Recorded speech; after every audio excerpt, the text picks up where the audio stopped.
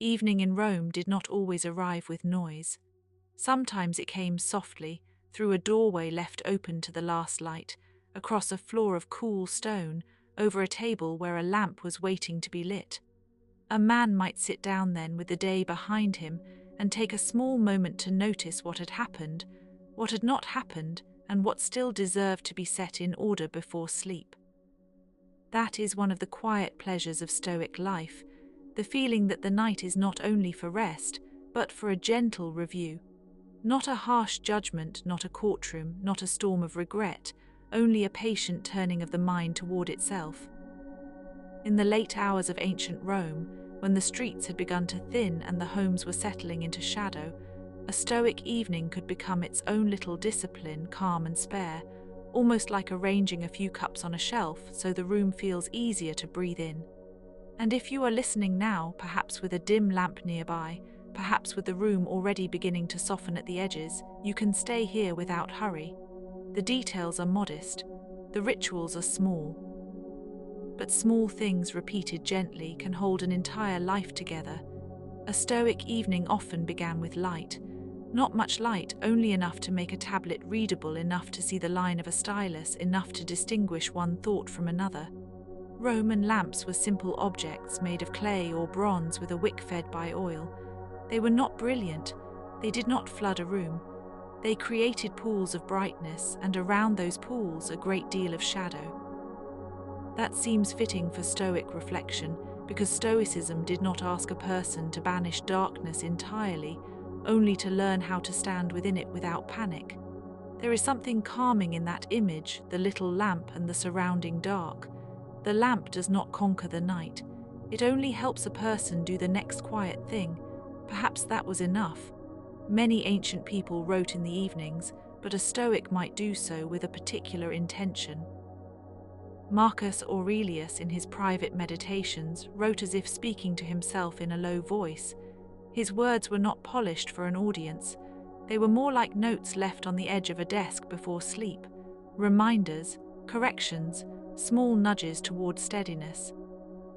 One can imagine the emperor after the formal weight of the day, after the petitions and decisions and the ceaseless business of rule, returning to a private stillness and asking himself simple questions. What was within my control today? What was not? Where did I resist what was only natural? Where did I become hurried? Where did I forget that other people too are troubled by their own invisible weather? Questions like that do not need to be answered quickly. In fact, they work better when they are allowed to remain soft and open, like a window left unlatched for cooler air. The Stoics were careful about attention. They believed the mind could be trained, not perfectly, not permanently, but steadily, like a path worn into a garden by repeated footsteps. Evening was a useful time for this because the day had already supplied its evidence. There had been conversations, irritations, small successes, unnecessary worries, and perhaps one or two moments of grace that were easy to miss in the middle of everything. At night, with the greater demands finished, a person could return to these things and inspect them as one might inspect a handful of pebbles picked up from a road, not to become attached to them, only to understand them. Some Stoics practiced what might be called a closing of the accounts. Not financial accounts, though Rome certainly loved those too, but the hidden accounts of character. Did I speak too sharply? Did I waste time on complaint? Did I give more of myself than was required? Did I fear an inconvenience as though it were a catastrophe? The point was not to scold endlessly. The point was to notice and then to let the noticing become useful tomorrow. That is a very gentle kind of honesty. It does not need raised voices. It does not need a theatre. It can happen beside a lamp in silence while the oil burns low. It helps too that Rome itself was a city of thresholds. Doorways, courtyards, atriums, corridors, chambers behind chambers.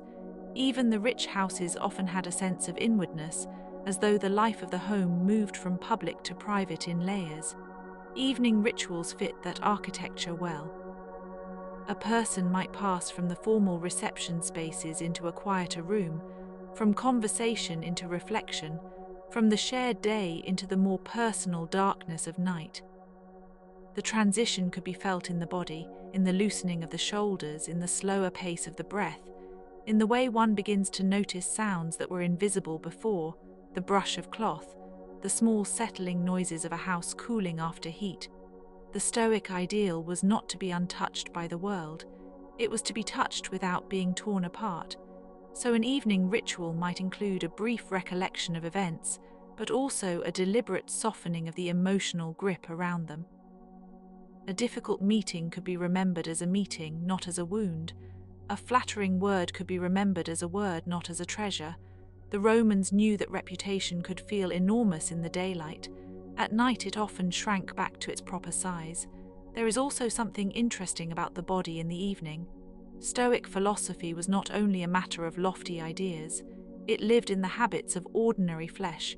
Wash the hands, set down the tools, remove the sandals, sit. Eat simply if the meal is late. Drink water slowly, speak less, listen to the room. These are not dramatic actions, but they are deeply human. The body likes repetition when the day has been uneven. Repetition says you are here, this is the hour, nothing more is required right now. A Roman household at dusk might smell faintly of oil, bread, wool, and stone. Perhaps there would be herbs in a cup, or a tray of figs, or the lingering scent of smoke from a small hearth. Nothing about this would have been extravagant in an everyday life, yet together it creates a mood that is almost timeless. A room, a lamp, a person resting their mind after effort. This may be one of the oldest human scenes and one of the most comforting. The Stoics often thought about the difference between what is ours and what is not. That distinction is especially useful at night. The day can hand us many things that do not deserve our sleepless attention. A delay, a rude remark, a change in weather, a letter not yet answered. The body can begin to carry these things into the dark, as if the mattress were a wagon and the mind a laborer still working after sundown. But a Stoic evening reminds us that not everything needs to cross the threshold into sleep. Some concerns can be set outside gently where they belong and looked at again tomorrow in better light. This was not an escape from life. It was a way of respecting life enough to give it proper boundaries. Marcus Aurelius sometimes wrote with the humility of a man who knew how small any one evening really is. The empire was vast, but the room was small. The world was large, but the lamp was local. The troubles of the human soul may feel ancient, but they arrive one night at a time, in a single mind, in a single bed, under a single roof. That is why the evening ritual matters. It addresses the scale that actually matters to the person living it. And there is a curious tenderness in the Stoic habit of imagining oneself from the outside. A person might ask, if I saw myself now, what would I think of this evening? Would I see needless agitation? Would I see a mind running circles around a tiny concern? Would I see someone trying to appear stronger than they feel? Or would I see a person slowly learning not to tighten around every passing event? Such a question does not condemn. It simply widens the room a little. Widening the room can be restful. There are old reports of people preparing for sleep by recalling the day in reverse order. First the evening, then the afternoon, then the morning. This backward walk through memory has a nice quiet logic. It loosens the knot of the day by untying it from the end. One event leads to the next, but more slowly, more kindly. In Stoic practice, such a review might reveal patterns. Perhaps irritation rose after hunger. Perhaps impatience came from fatigue. Perhaps the mind was less noble when the body was overworked. These are not shameful discoveries. They are ordinary ones. They help a person become less surprised by being human. Being less surprised by being human is a restful skill. The ancients knew the night in ways we sometimes forget. Their darkness was deeper. Their stars were brighter. Their houses were smaller by modern standards, and their lamps were precious little islands of flame. So evening carried a practical caution as well as a philosophical one. One did not wander too much. One did not waste the remaining oil. One made sure the home was secure. There was a sensible economy to the hour. The Stoics appreciated economy in many forms, not only money, but attention, speech, appetite, and desire. Use what is needed, Leave the rest. That may be one of the oldest forms of serenity. Imagine the hand moving across a wax tablet. The stylus presses lightly, leaving marks that can be smoothed away later. This is a lovely image for Stoic evening reflection because the mind at night can work like wax. Thoughts are recorded but not permanently fixed. A difficult day is not a sentence. It is an impression, and impressions can be softened. The Stoic does not pretend nothing happened. He simply refuses to give every impression the same authority. The mind is not a courtroom that must accept every witness. It is a quiet workshop, and a wise person chooses what deserves to stay. A workshop at night can be very peaceful. Tools return to their places, shavings swept up, the bench cleared. Nothing broken is being denied. Nothing useful is being forced. In Roman culture, the evening meal was often the last major gathering of the day. Even that could become part of a Stoic rhythm. The meal need not be elaborate. In fact, simplicity was often praised because it made the appetite manageable. Bread, olives, cheese, vegetables, broth, a little fruit, perhaps wine diluted with water. The exact details would differ from house to house, but the principle remained steady. Eat enough to sustain the body, not so much that the body becomes a tyrant. The table is for nourishment, not for distraction. This too is a form of evening meditation, though it looks very ordinary from the outside.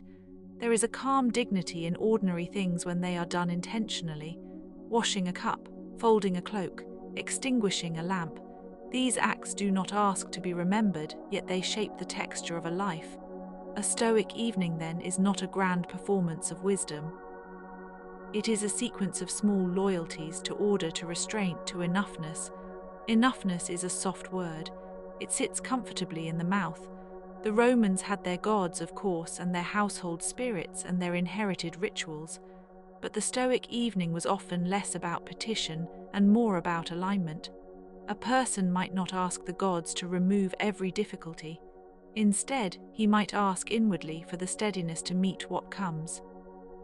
The difference is subtle but meaningful. One is a request to shape the world entirely. The other is a request to become fit for the world as it is. That is perhaps why Stoic practice can feel so modern, even when it is ancient. The world still changes without asking. People still misunderstand one another. Bodies still grow tired. Plans still dissolve. A night ritual that teaches composure in the face of ordinary uncertainty will never be outdated for long. And yet the ancient setting matters. There is a particular quiet in imagining these habits in a Roman home, where the walls were rough with plaster, the furniture limited, the air warm with lamp smoke. One can almost hear the little sounds, the scrape of a bench, the low murmur of someone in the next room, a slave moving softly so as not to disturb the house, a wind touching a shutter. These sounds are not dramatic, but they are intimate. They make philosophy feel inhabited. Philosophy, in the Stoic sense, was not meant to float above life. It was meant to descend into it and keep company with it. If we stay with evening long enough, we begin to notice how much of human civilization has depended on this 1 hour. Lessons are ended, work is set aside, bread is broken, children are hushed, the sky changes color, lamps are lit, thoughts become less social and more inward. In that transition, some people find anxiety and others find relief. The Stoic hoped for the second but knew the first might come too. So the practice was not to demand a perfect mood. It was to make room for whatever feeling arrived and to keep it from ruling the house. A feeling can sit at the table without becoming master. There is an old Roman respect for discipline that can seem severe from a distance. Yet in its quieter moments, discipline is simply a kindness to the future self. Set things in order now, and tomorrow will be easier. Leave the cloak folded, the tablet ready, the lamp trimmed, and morning will not need to begin with confusion. End the day with a clear mind, and sleep may come with fewer jagged edges. The Stoics might not have spoken in these exact modern terms, but the spirit is familiar. A well-kept evening is a gift passed forward. Sometimes the Stoic evening includes a small rehearsal of mortality, not in a frightening way, but in a clearing way.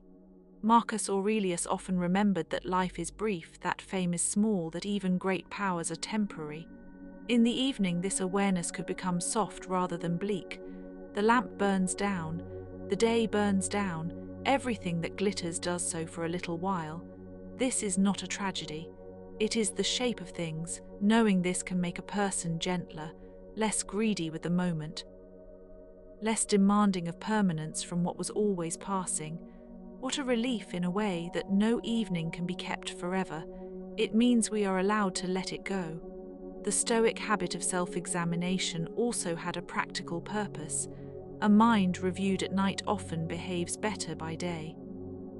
If a person notices that envy enters when he scrolls too long through what others possess, or that anger rises when he is hungry, or that fear expands in the absence of clear information, then the evening becomes a classroom. Not a stern one, a patient one. The lesson is not that the self is bad. The lesson is that the self can be observed, and observation gives freedom. Freedom, in this sense, is very quiet. It may simply be the ability to pause before reacting, to let a question remain a question, to notice a sharp thought and set it down instead of carrying it to bed, to distinguish between what is happening and what one has imagined about what is happening. That distinction is one of the most useful tools in all of Stoicism, and evening is a good time to polish it. After the day's noise, the difference between event and interpretation can become easier to see, like a shoreline appearing as the tide lowers. A shoreline at dusk can be almost motionless, yet always changing. The Stoics loved the idea of living according to nature, but this did not mean romantic forests or dramatic wilderness, at least not only those things. It also meant accepting the ordinary nature of being a thinking, vulnerable, social animal. A human being needs rest. A human being needs limits. A human being benefits from repetition. A human being can be trained toward peace, but not by force. So the evening ritual becomes part of nature too, because it respects the natural cycle of wakefulness and release.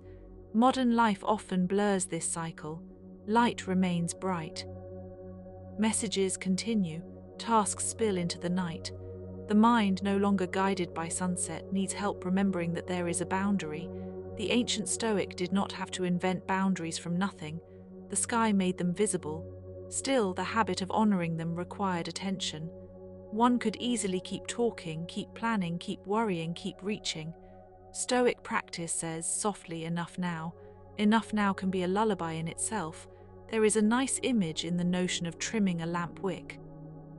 Too much wick makes smoke. Too little light becomes useless. The proper measure lies somewhere in between. This simple domestic task resembles the Stoic art of moderation. Not passionless existence, but measured energy. Not the extinguishing of desire entirely, but the shaping of it so it serves life rather than consuming it. Such balance is not always easy. Still, a lamp offers a little lesson every evening. Tend the flame, remove what clouds it, let it burn clearly for as long as needed. The room changes when the lamp is cared for well. Shadows become less harsh, faces soften, corners cease to feel abandoned. It is almost as if the whole house begins to breathe more evenly. Some evening practices may have included reading, though the word may be too modern for the kind of close attention involved. A person might reread a passage from Epictetus, or remember a saying from a teacher, or simply turn a maxim over in the mind. The Stoics valued concise reminders because the mind at night does better with small containers. A long argument can be tiring. A short principle can be held like a smooth stone. We do not control events, we control our judgments. Virtue is the only true good. External things are borrowed. These are not merely doctrines, they are shapes to place beside the bed. One can imagine a library in the late hour, quiet and cool, scrolls resting in their cases, the dust asleep on the shelves. Even the books seem to wait rather than demand. Ancient wisdom had a way of feeling patient because it traveled by breath and memory before it traveled by print. To hear a line repeated in an evening room may have felt different from reading it silently. It entered the body with a rhythm, almost like the sound of footsteps on stone. And footsteps, too, have their evening character. they slow, they become economical. A hurried stride says one thing, a measured one says another. Stoicism favored the measured one, not because speed is sinful, but because the soul often makes mistakes when it runs. A slowed pace gives reflection a place to stand. There is a kind of comfort in imagining ancient people also needing to wind down. We sometimes picture emperors and philosophers as if they lived in a permanent state of grandeur or clarity. In truth, they were tired. They had bad days. They were interrupted. They dealt with household concerns, political anxieties, bodily discomforts, and the uneven moods that belong to every age. Stoic evening ritual is interesting precisely because it brings those large figures back down to the human scale. It tells us that wisdom was not only lived in speeches and treaties, but in the hour after supper when a person sat down and tried to become quieter. The quiet itself is worth dwelling on. Ancient silence was not absolute, and modern silence is often thinner than we imagine, but the feeling of evening quiet has likely changed less than we think. A night room can still reveal the subtle architecture of sound. A cup set down too hard, a breath leaving the lungs, a distant cart, a dog somewhere beyond the wall. In a Stoic mindset, these sounds are not enemies. They are simply part of the world's ongoing arrangement. The task is not to control every noise. The task is to remain inwardly unshaken by the fact that the world keeps sounding. This is a useful practice for sleep, even now. The mind that has learned not to overreact to ordinary life often drifts more easily into rest. The goal is not sleep by force, but by non-resistance. Let the thoughts pass. Let the body settle. Let the evening keep doing what evening does. Sometimes the Stoic evening may have included a walk, perhaps in a courtyard or a garden, perhaps beneath a terrace where the last warmth of the day still lingered in the stones. Walking can clarify the mind because it gives thoughts room to arrive one by one. The pace is slower than panic and faster than stillness, which makes it a useful bridge. In a garden, a person may notice the shape of a vine, the darkening leaves, the scent of damp earth, the way the sky changes from blue to ash to indigo. Nature does not hurry this transition, it simply completes it. That too is a lesson for reflection. Some moods cannot be solved. They can only be carried through their own weather. Evening knows this. Evening does not insist that the day be cheerful before it ends. It just lowers the light and accepts the shift. The Stoics would likely approve of that kind of acceptance, though they would add that acceptance should not become passivity where action is needed. The distinction is fine and therefore useful. If something can be improved, improve it. If it cannot, then do not spend the whole night pretending it could have been different. The mind that learns this distinction becomes less exhausted by illusion. Exhaustion by illusion is a very modern affliction, though ancient enough to feel familiar. Roman evenings also belonged to family life, servants, visitors, and the ordinary choreography of household order. A Stoic household was not necessarily silent in the absolute sense. Children may have needed attention, meals had to be cleared, lamps refilled, shoes set aside, bedding prepared. Yet within that activity there could be an attitude of composure. The point was not to create a museum of serenity, it was to maintain an inner pace that made the outer tasks less scattered. To move calmly among practical details is one of the loveliest forms of discipline. It is almost invisible. No one claps for it, but the whole house feels it. If we listen closely to Stoic teaching, we hear a recurring invitation to simplicity. Simplicity in possessions, perhaps, but also in thought. A thing is a thing, a thought is a thought, a fear is a fear, a desire is a desire. We do not need to dress every inner event in elaborate language. Sometimes it is enough to name it and let it be what it is. This clarity can be especially soothing at night, when the mind enjoys turning small inconveniences into elaborate dramas. The Stoic evening quietly resists the drama. It says, in effect, let that be small again. There is peace in reducing the scale of a problem to its true size. One of the most humane aspects of Stoicism is its refusal to promise invulnerability. The ideal person is not a stone statue, He is alive and therefore affected, but he is affected with discernment. He can feel grief without becoming grief itself. He can notice anger without handing over the whole house to anger. This is a subtle art. It requires repetition. Evening, with its built-in repetition, is a natural teacher. Every night repeats the same broad shape. Light, reflection, rest, but each night carries a different texture. One may be peaceful, another troubled, another ordinary, another tender in a way hard to explain. Stoicism makes room for all of them because the point is not to control the weather of the night, but to keep a steady roof overhead. A roof overhead is one of civilization's quiet miracles. The ancients also understood in a practical way that the body and mind are linked by habit. If the evening is frantic, sleep may be scattered. If the meal is heavy, the mind may grow sluggish. If the last conversation is quarrelsome, the night may remain noisy inside. So the Stoic inclination toward measured behavior was not merely moral. It was almost architectural. It built the conditions for ease. Even if one did not call it sleep hygiene, the principle was there. Prepare the close of the day so that the night can do its work. The night does its work very slowly and mostly in silence. Sometimes we forget that the most profound human activities are quiet ones. Remembering, forgiving, releasing, settling. These cannot be hurried. Stoic evening rituals gave them a place to happen. Perhaps a person sat for a few minutes after the meal, hands resting loosely, and reviewed not only what was done but what was felt. Perhaps he noticed, with some distance, a small vanity that had colored the day, or a moment of generosity that deserved more gratitude than it received.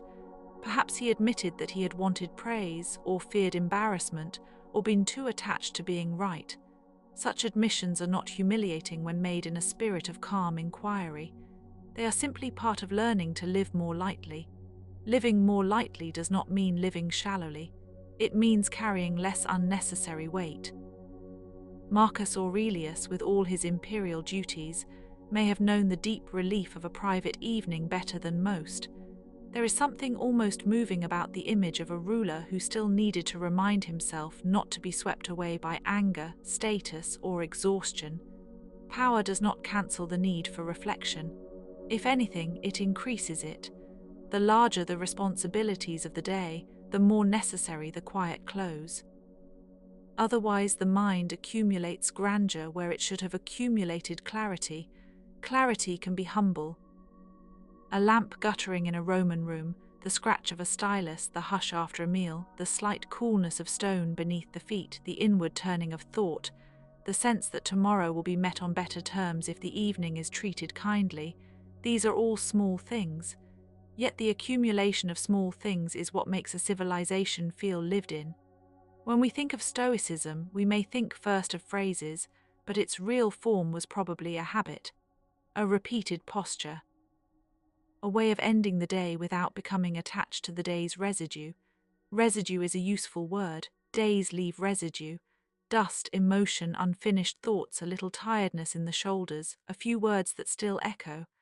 The Stoic evening is a soft cleaning of that residue, not a violent scrubbing, just a calm clearing away so the room of the self can breathe again. And if a person cannot clear it all, that is fine too. Even the attempt matters. A gentle attempt is still a kind of order. There is also a lovely humility in the Stoic recognition that one may need the same lessons every evening. The mind does not become wise once and for all. It drifts, it forgets, it clings. So the evening ritual returns, patient as tidewater. Review, release, remember what matters, let the rest go. That cycle itself becomes comforting. It makes wisdom feel less like a peak and more like a path home in the dark. A path home in the dark is not glamorous, but it is deeply reassuring. In the later Roman world, as in any world, people likely kept their own private evening customs whether or not they named them philosophical. Some may have thanked the household gods, some may have considered tomorrow's work, some may have been too tired for thought at all. The Stoic tradition does not erase these ordinary variations. It sits among them as one possible way of shaping the hour. Its special contribution is the tenderness with which it treats self-examination. not as punishment, as maintenance. Maintenance is one of civilization's least romantic but most necessary arts. Lamps need oil, roads need repair, roofs need attention. So do minds. When we imagine evening rituals in Stoic Rome, it may help to imagine the city itself fading, the noise of carts receding, the public spaces emptying, the forums and baths and streets relinquishing their daytime intensity. Inward life becomes more audible when outward life is less insistent. A person might sit near an open window and look toward the dim line of roofs against the darkening sky and sense that the whole city, enormous as it is, also rests on repeated private evenings like this one. The city is made of homes, and the homes are made of hours. Stoic evening rituals remind us that philosophy can begin in a small room. It can begin with a person deciding not to feed every passing frustration. It can begin with a simple sentence repeated in the mind. It can begin with the act of closing a tablet, lowering a lamp, and acknowledging that the day is complete enough for now. There is no need for a perfect ending, only a clean one. A clean ending can be very soft. If you were to walk through such a room at the end of a Roman evening, you might see the lamp near its last bright hour, the table cleared, perhaps a cloak folded over a chair, perhaps a cup waiting for morning, perhaps a hand resting on the edge of a bench while the owner looks inward. Not much is happening from the outside, yet something substantial may be taking place inside. The day is being integrated. The self is being gathered. The mind is preparing to leave behind what does not need to travel into sleep. That preparation is a kindness. The Stoics did not claim that sleep would solve life's problems or that the next day would automatically be easier. They were too sober for that, but they understood that the transition matters. How we leave the day shapes how we enter the night. How we enter the night shapes the quality of our return. A calm evening can make tomorrow less brittle. A thoughtful pause can soften the edges of whatever comes next. Edges matter less when they are softened. And perhaps that is the simplest quiet fact of all, that evening is not merely the absence of daytime. It is a distinct and gentle region with its own etiquette, its own light, its own patience. Stoic rituals honored that region. They asked a person to meet it with modesty, honesty, and restraint. No grand performance, no noisy conversion, just a little order, a little reflection, a little release. A little order can be enough. In the final hours, the lamp may be almost gone. The room grows warmer by contrast as the outside grows cooler. A person thinks of the day, but not too much. The mind touches a concern, then lets it go. The body loosens, the house settles. Somewhere beyond the walls, Rome continues in its great and complicated way, but here in this small evening there is only a table, a breath, a soft shadow, and the quiet agreement that not everything must be carried forward. Not everything must be carried forward, so let the thoughts become lighter. Let the lamp dim.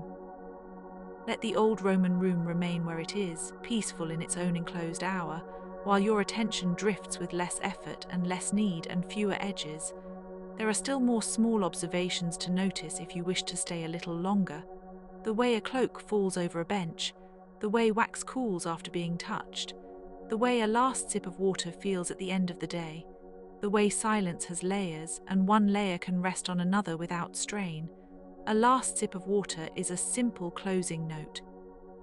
In some homes, the household might have kept a small shrine or an arrangement of familiar objects near the living space, and evening could include a moment of facing that corner, however briefly, not for spectacle but for continuity. Ancient life was full of little continuities, tiny links between days, between generations, between what was thought and what was done. Stoic evening ritual belongs to that web. It does not stand apart from Roman domestic life. It inhabits it quietly. And because it inhabits it quietly, it can still feel present now. When modern listeners encounter Stoicism, they often meet the famous lines first, the bracing ones about control, virtue, endurance, and indifference to what is outside our command. But the evening rituals reveal something softer underneath. They show that Stoicism was not simply about hardening oneself against the world. It was also about making room for steadiness, making room for rest, making room for a more elegant close to the day. The philosophy has a spine, yes, but it also has a hush. A hush can be a form of strength. There is a modest beauty in imagining a Stoic setting aside his concerns not because they are unimportant, but because they are not all equally urgent. Urgency is often the false voice of the day. Evening is the hour that asks more calmly what truly needed your life today and what merely borrowed your attention. That question can be answered without words. Sometimes the answer is only a loosening in the chest. A loosening in the chest is worth noticing. If you are nearing sleep now, you may not need any more structure. You may simply need the rhythm of these calm observations, one after another, like steps across a dim courtyard. Roman lamps, wax tablets, quiet rooms, simple meals. Private review, gentle release, the same human wish beneath all of it to end the day without being dragged by it. That wish is ancient and still kind. And so the evening continues not as a dramatic story, but as a soft practice repeated across centuries in different forms in different rooms, by different people who all knew the same ordinary need for peace at the close of the light. A philosopher in Rome, a tired citizen, a servant finishing the last task, a household pausing together, each one meeting the night with as much composure as the hour allows. That may be the real wisdom of the Stoic evening, not perfection, only composure as the hour allows. So let the hour allow what it can. Let the mind grow less busy. Let the old Roman lamp fade in imagination, while the room you are in becomes a little softer, a little quieter, a little more ready for rest. The thoughts can be set down now. The day can remain where it belongs. And in that small final kindness, the night may come more easily and stay more gently and carry you onward without asking for much at all. The lamp is low now and the room is nearly still. A final review need not be severe. It can be as simple as this: I was here today, I did what I could. Some things were heavy, some things were light, and much of it has already begun to pass. That is enough for an evening. That is enough for the quiet end of a Roman day and enough for the mind to rest. Beyond the walls, the city keeps breathing in its sleep. Beyond the city, the night opens wide, patient and dark and unhurried. The Stoics would not have asked the night to promise anything. They would have asked only for clear seeing, and for a calm enough heart to receive what comes without excess, without complaint, without fear that every shadow must be fought. Sometimes the simplest gift is to meet the shadow and not struggle with it.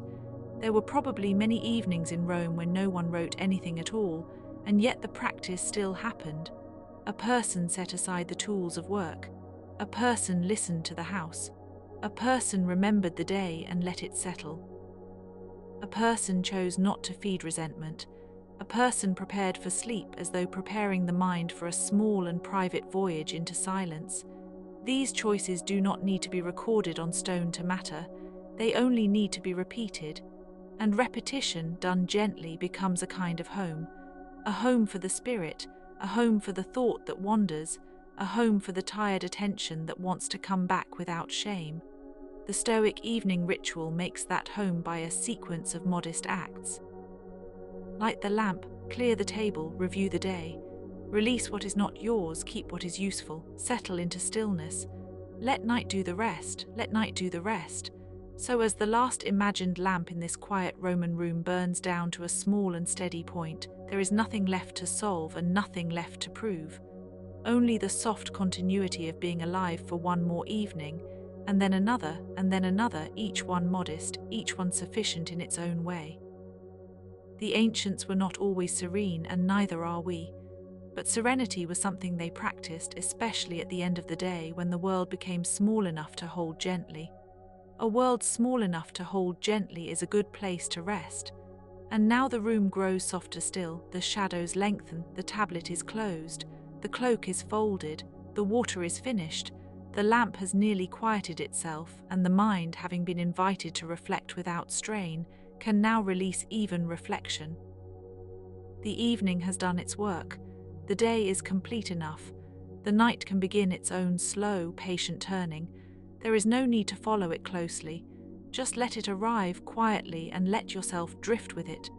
The first coolness of night in Rome may have carried many small sounds that were easy to miss when the streets were busy and bright.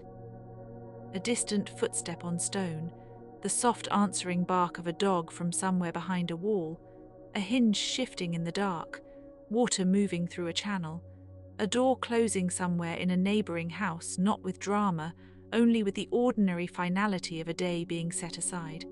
By the time the household became quiet, the city itself seemed to breathe more slowly. The great Roman roads still reached outward into the world, toward hills, harbours, provinces, and frontiers, but at night those roads were like sleeping threads drawn through the empire.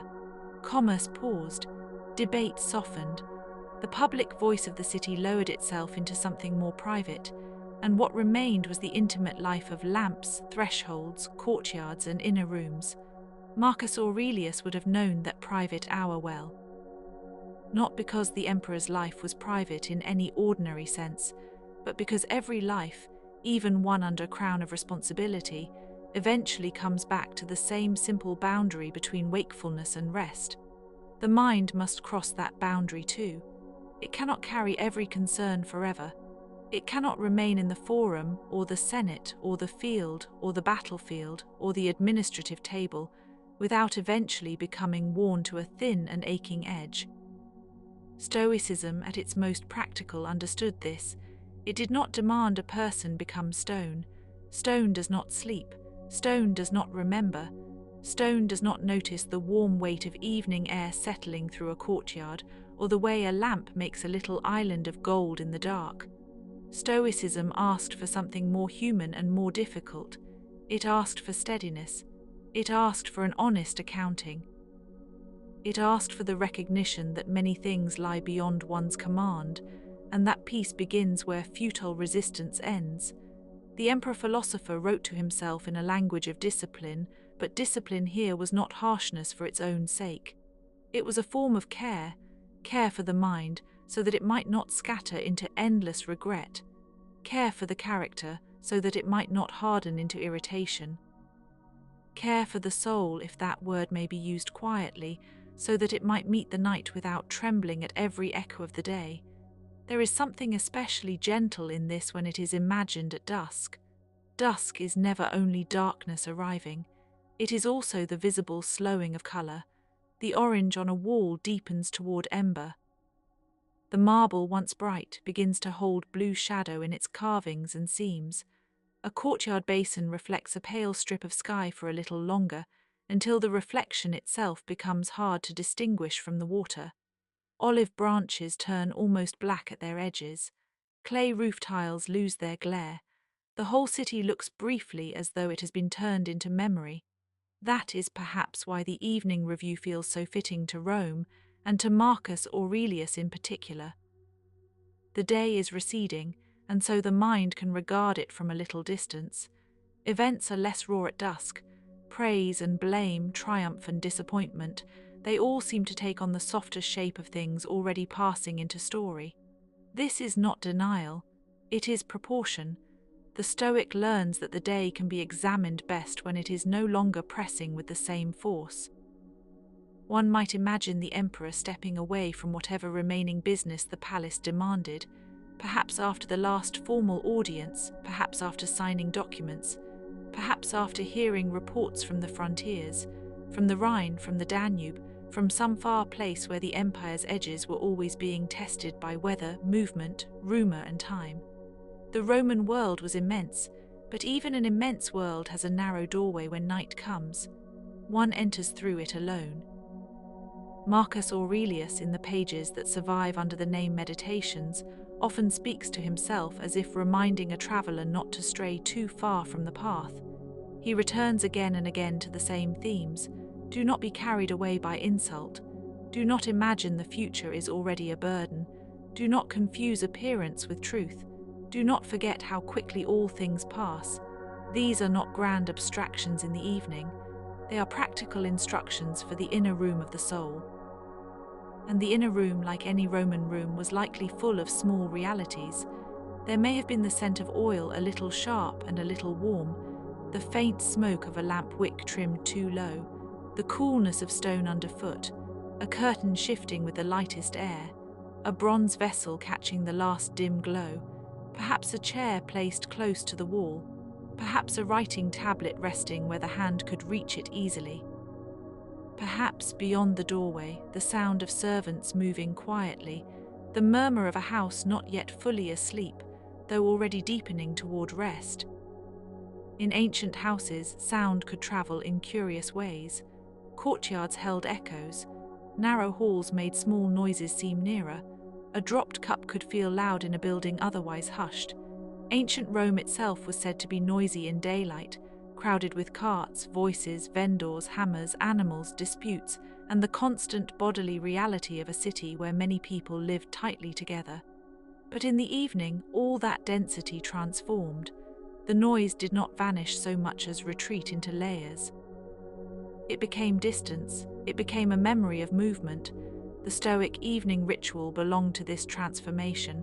It is almost a technology of quiet, not a machine but a sequence of attention.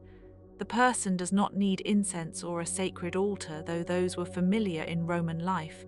A simple lamp may suffice, a cup of water, a still place to sit. A willingness to ask, not dramatically but sincerely, what happened today, what was within my power, what was not, where did I act in accord with reason, where did I drift, and where can I loosen my grasp? The questions are almost modest enough to be overlooked, yet they have the enduring quality of river stones, worn smooth by use. Ancient philosophy often survives in such plain shapes. A lesson repeated becomes a habit repeated becomes a character repeated over years becomes a life. The Stoics knew this in a world without glowing screens or endless voices competing for the last fragments of attention. But perhaps the difference is less dramatic than it seems. Even then the human mind wandered. Even then it clung to trouble. Even then it loved the theatre of worry. That is why the evening review matters in every age. It is a kind of merciful sorting. The day contains too much to hold all at once. There are conversations, errands, errors, meals, instructions, glances, mischances, brief joys, private disappointments, and the strange scattered impressions that accumulate like dust in a lived-in room. Without some closing gesture, the mind can remain open all night, turning over every fragment as though each one must be solved before sleep can begin. But the Stoic does not treat every fragment as urgent. Some can simply be placed down. This is a great relief. It may help to think of the Roman evening as having layers. First the public layer, with the city still in motion. Then the household layer, where lamps are lit and the tasks of the day are finished. Then the personal layer, where a single mind turns inward. Then the deepest layer, where thought itself becomes faint and the body takes over the old wisdom of rest. The Stoic ritual moves through these layers with a quiet hand. It does not yank the mind from one to the next. It guides it. The guide may be memory, but memory in a disciplined form, not the kind that reopens every wound, the kind that observes. Today I spoke too sharply. Today I kept patience where I might have lost it. Today I was weakened by vanity. Today I was helped by another's kindness. Today I forgot how short life is. Today I remembered it. That simple witnessing already softens the edges. Marcus Aurelius was not blind to his own difficult surroundings. He lived amid plague, war, political strain, and the fragile machinery of empire. The Antonine Plague had entered the Roman world during his reign, carrying death into homes, camps, and cities. The empire had armies to feed, borders to secure, and traditions to preserve, but it also had bodies that tired and households that grieved. In such a setting, an evening practice of composure was not a decorative luxury. It was a way of remaining inwardly intact. Still, for all the seriousness of the age, one should not imagine every Roman evening as grave and austere. There were dinners with friends, conversations over wine, children falling asleep in side rooms, slaves and freedpersons carrying water, old family rituals performed with a kind of practiced ease, and the ordinary pleasure of a house settling into night. Lamps made rooms feel smaller and kinder. Even a modest meal, taken after the heat of the day, might feel like a small reprieve from the open sun.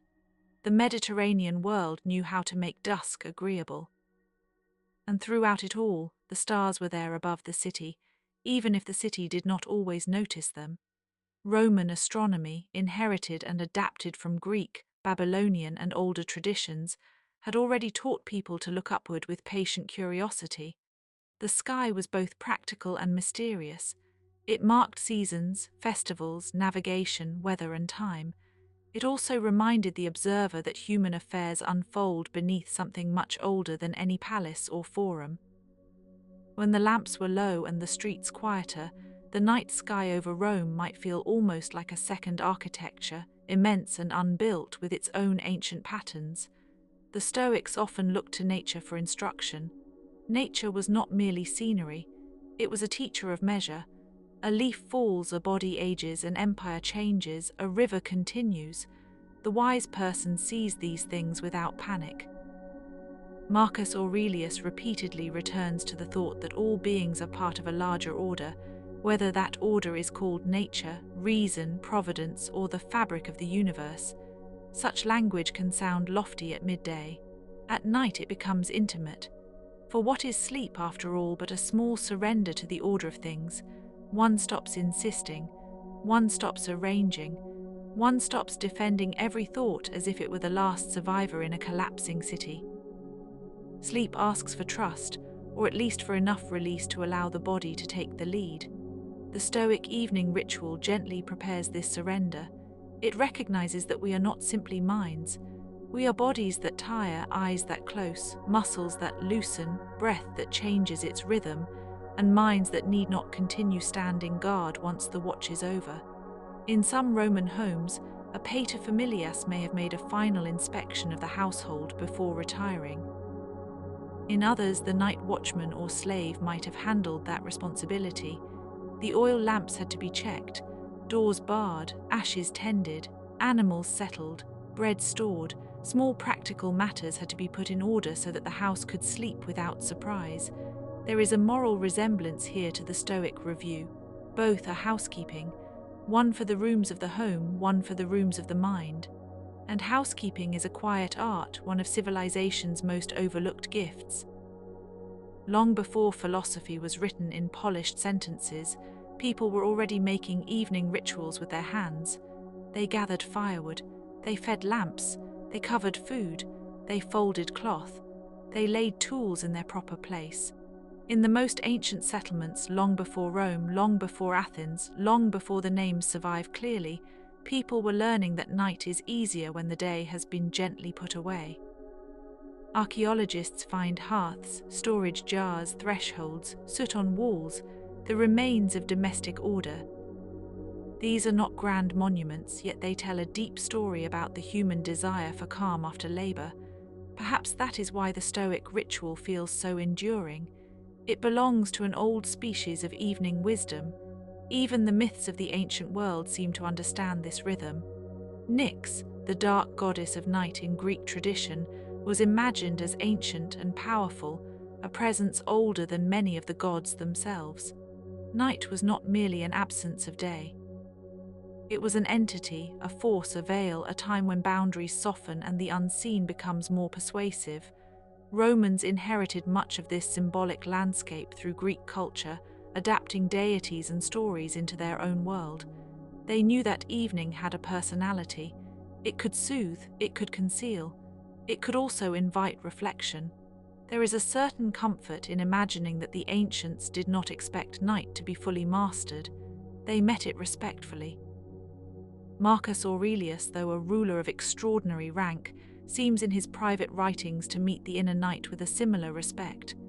Not fear exactly, not triumph either, just a sober acknowledgement that the human creature is finite and that finitude is not a punishment, merely a condition. The body grows tired, the attention thins, the day passes, the hours cannot be held still by force of will. To accept this is not to lose dignity. It is to find a calmer sort of dignity, one less dependent on the stubbornness of the ego. The ego likes to continue, it likes unfinished argument, it likes replaying an embarrassing moment, it likes writing speeches in the dark. The Stoic does not feed this appetite. Instead, the Stoic turns toward a quieter measure.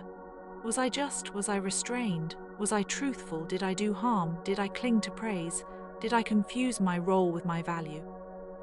Did I remember that even the emperor is only a man, and that every man is already moving through time like a candle in the wind? A candle in the wind, yes, but in the ancient world the image would have been even more immediate. Lamps once lit required tending. Their wicks had to be managed. Their oil supply was not infinite. Too much flame smoked. Too little left the room dim and difficult. There is a delicate wisdom in that. The best evening state is not brilliance. It is enough light to settle safely and no more than that. The same is true for thought before sleep. Too much and the mind burns, too little and it loses form. Just enough and then the mind can recede into quiet. Maybe Marcus Aurelius, sitting late in a room whose exact appearance history can only partially recover, looked around at the final ordinary things of the day. The edge of a cloak over a chair, a ring catching the lamp glow, a wax tablet bearing a few lines, the texture of wood, the grain of a table, the hush between household sounds. There is something tender in imagining an emperor's room becoming indistinguishable from any other room once the work of the day is done. Power has its public garments, but night removes many of them. This is one reason bedtime stories about the ancients can feel so restful. The grandness remains, but it softens into human scale. The Roman Empire was vast, but the evening self was small. It needed the same things any self needs: reassurance, pause, orientation, release. A philosopher might have named these things in terms of virtue and reason. A farmer might have named them in terms of weather and harvest. A child might have named them in terms of safety and warmth. Yet all of them, in the end, ask for the same permission to rest without having solved everything. There were probably nights when Marcus Aurelius failed to find that permission quickly. He was still a man in a hard age. The mind can resist its own best medicine. It can return to duty when duty is finished, to anxiety when the cause is gone, to self-reproach when compassion would do better. That is why habit matters more than sudden insight.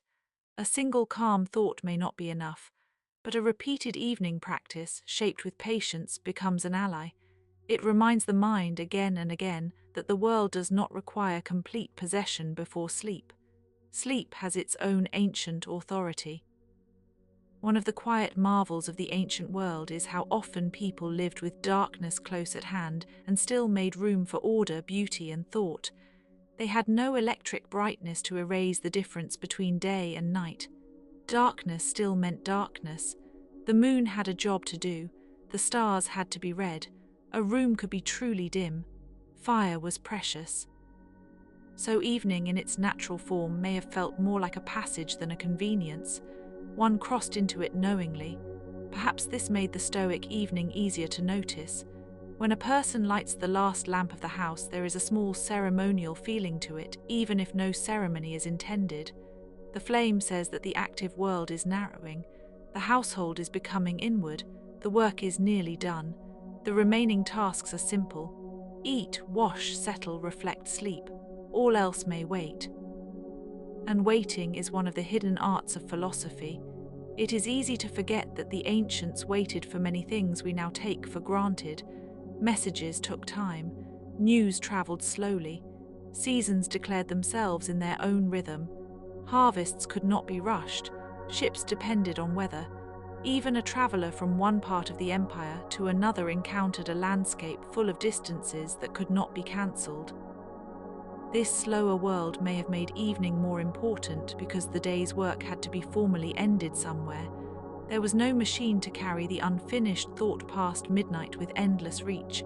Night, then, was a true boundary, a helpful one. The Stoic ritual of reflection honors that boundary. It does not ask to live beyond it. Instead, it prepares the self to pass through it with less resistance. There is a kind of courage in this, though it is quiet and uncelebrated. It is not the courage of public action. It is the courage of relinquishment, the courage to stop, the courage to say enough for today, the courage to let imperfection remain unresolved until morning or perhaps forever because some things are not yours to complete. This is a profoundly restful idea. The Roman world loved classification, structure, ranks, offices, duties, and names, but the night blurs categories. A senator sleeps, a servant sleeps, a guard watches, a child dreams. Somewhere a baker rises before dawn to begin again. Somewhere a traveller cannot sleep at all and stares into darkness that belongs to no city. Somewhere the sea moves against a harbour wall under the same moon. The empire at rest is still an empire of many private lives, each with its own fatigue, each with its own threshold. Marcus Aurelius, in his inward meditations, seems to have recognized this shared condition.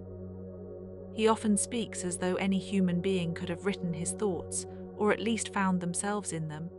We belong to one another in fragility, if not always in agreement. We are all temporary guests in the same weather of time. That realization, rather than producing despair, can produce tenderness.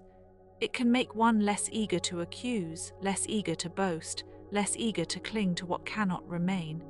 The stars over Rome would have watched without comment. There is a beautiful indifference in the heavens, though the word indifference can sound too cold. Perhaps it is better to say the stars are larger than our arguments. They do not hurry, they do not flatter, they do not gather for applause, they simply endure. Ancient peoples read meaning into them, and sometimes guidance and sometimes fate. The Stoics, too, saw in nature a rational order worth aligning with. But at bedtime, perhaps the simplest use of the stars is to let them make the mind smaller in a comforting way. Smaller does not mean lesser. It means more manageable, more tender, more ready for sleep. The night sky asks very little of us except that we look, and looking, even briefly, can quiet the mind.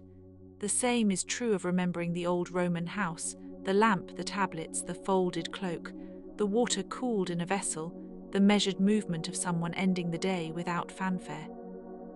These images do not need to be exact to be useful. History often leaves us with fragments, a line of text, a surviving bust, a roof tile, a villa floor, a coin bearing an emperor's profile, a grave inscription with a few personal words. From such fragments we reconstruct not only events but atmospheres. The atmosphere here is evening calm. It may help to linger a little longer in that atmosphere. Imagine the apartment or palace room, not ornate beyond recognition, but usefully beautiful in the Roman way. The surfaces are practical, the objects selected for function as much as display, and yet there is a dignity in the arrangement. A bronze oil lamp might be shaped with a small figure or a simple nozzle. A wooden box might hold tablets and stylus.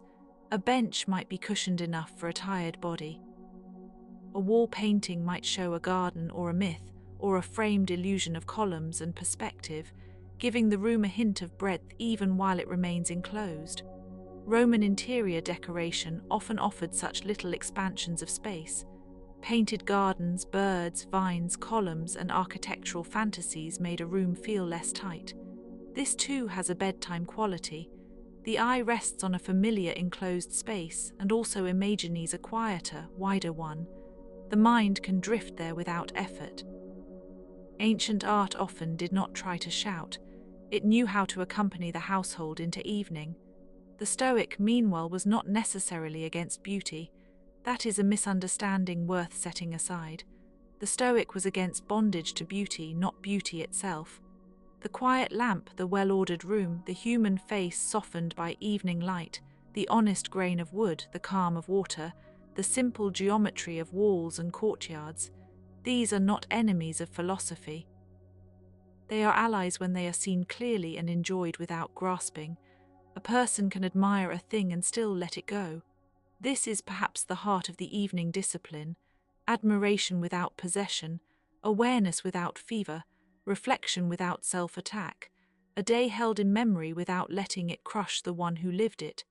In this sense, the Stoic evening is almost a little rehearsal for mortality, but not in a grim way, more like a gentle practice in laying things down. The body will one day be laid down too. For now, the lamp and the thoughts are enough. And what, after all, is a human life but a series of brief lit rooms in the surrounding dark? The ancients did not have to phrase it that way to feel it. They knew the difference between the enclosed warmth of a household and the wide anonymity outside it. They knew the comfort of returning home after public duty. They knew the melancholy of an unfinished season, the hope of rain, the inconvenience of illness, the relief of a good bath, the fatigue of travel, the pleasure of a meal. Marcus Aurelius knew these things under the added burden of rule, yet in his private discipline he returned to them in stripped-down form as though trying to find the clean line beneath the ceremony. The clean line is simple: be just, be patient, be humble, be awake to what is present, let go of what is not, sleep. Sometimes the simplicity is almost startling. Human beings build immense systems of meaning, but when the day is over, the body asks for the oldest truth it knows. Lie down, breathe, yield, trust the dark enough to enter it. The philosopher, the emperor, the laborer, the servant, the child all meet at this threshold. Their names differ, their circumstances differ, their burdens differ, yet the threshold is shared.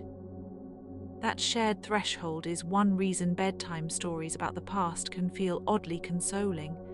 They remind us that time is deep, but the act of rest is older than any age. Somewhere in prehistoric darkness, long before cities, a group of people sat near embers and listened to the night beyond the firelight. They listened to creatures moving at the edge of hearing. They watched the sky. They waited for dreams. Their ritual may have had no written philosophy, but it already contained reverence for pause. Civilization did not invent the need for rest. It only gave it forms. Rome gave it oil lamps and stone houses and the language of duty. Greece gave it inquiry and measure. Egypt gave it enduring images of the afterlife and the stillness of tombs. Mesopotamia gave it star lore and old tales of the gods. Even the unexplained ruins at the edges of memory, the lost cities, the buried sanctuaries, the abandoned roads in the desert, all suggest that people have long sought to leave behind traces of order before entering night, whether literal or final. Yet the actual experience of evening remains humbler than empire. One lamp, one room, one mind, one breath at a time. There is no need to hurry now. The Roman evening has become your evening too, not because history has been erased, but because the same human softness appears in both places. The fatigue after duty, the quiet after noise, the small hope that tomorrow will be bearable, the decision to stop feeding worry, the willingness to let the day be exactly what it was, no more and no less. This is enough for a good night, and if the thought wanders briefly, as thoughts do, it can wander without trouble. It may drift to the Forum at dusk, where the columns stand long in shadow and a few late passers-by move between the monuments. It may drift to the Palatine, where elite houses look out over the city like patient cliffs. It may drift to the Tiber, reflecting the last gold of the sky before turning dark and heavy. It may drift to the baths, where even after the day's work there remains the memory of water and steam, of bodies restored by routine. It may drift farther still beyond the walls to the roads leading out of Rome, to milestones, to olive groves, to farms, to quiet provincial towns where the emperor's name was known, but his face was not.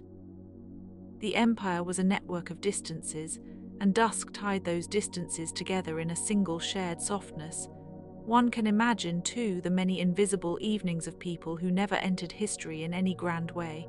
A copyist setting down a stylus, a widow closing shutters, a child tracing patterns in dust before being told to sleep, a soldier in a frontier barrack folding a tunic and trying not to think too much about home, a ship captain checking the sky and deciding not to sail until morning, a baker with flour on his hands, a gardener, a nurse, a freedwoman, a student, a craftsman. They all had nights.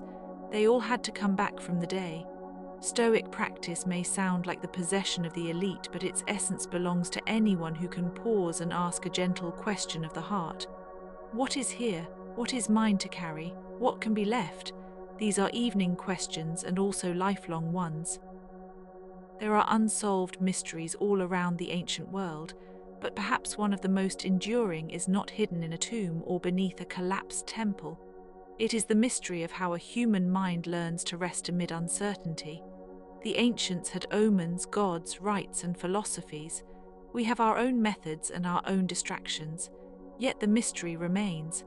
How does one dwell in a changing world without becoming unsteady all the time?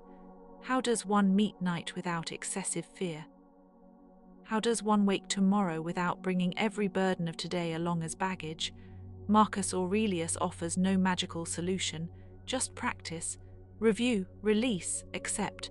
This is the kind of answer that can feel small until one has needed it. Perhaps the evening table is now cleared in imagination. The last cup is rinsed. The lamp flame narrows. The room seems to gather itself inward. Somewhere beyond the walls, dogs have quieted. Somewhere else in a part of the city you cannot see, someone still talks softly by lamplight, refusing to end the day too quickly. Somewhere the household gods are remembered in a glance or a gesture. Somewhere a dream is already preparing itself. The ancient world, like ours, moved from one inwardness to another, and you, listening now, can move with it. No effort is required beyond the permission to be still. The day can be acknowledged and let go. The mind can become less crowded. The body can feel the bed as a kind of answer. The breath can slow, not because it must, but because it may. The whole scene of Roman dusk, with its lamps and shadows and patient philosophy, can dissolve into a softer kind of knowing, one that does not demand words. That soft knowing is close to sleep. So let the last imagined lamp sink toward its end. Let the walls of the Roman room blur into darkness that is not empty, only restful.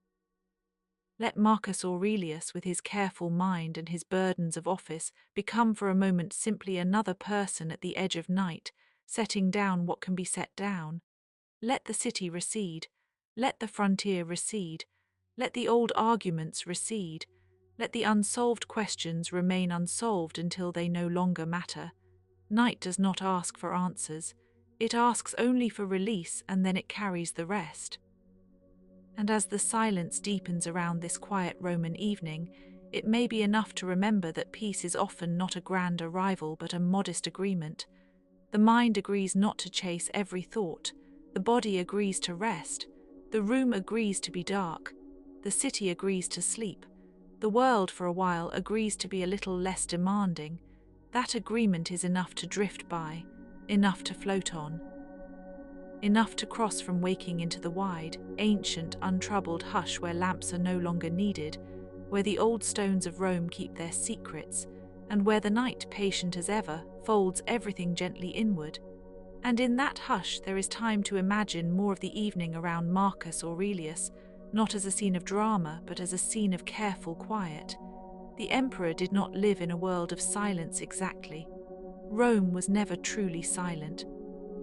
Even late, there would have been the distant movement of carts on stone, the small creak of a hinge, the murmur of a fountain, a last voice in an adjoining courtyard, perhaps the soft shuffle of sandals on a polished floor. The city breathed in layers.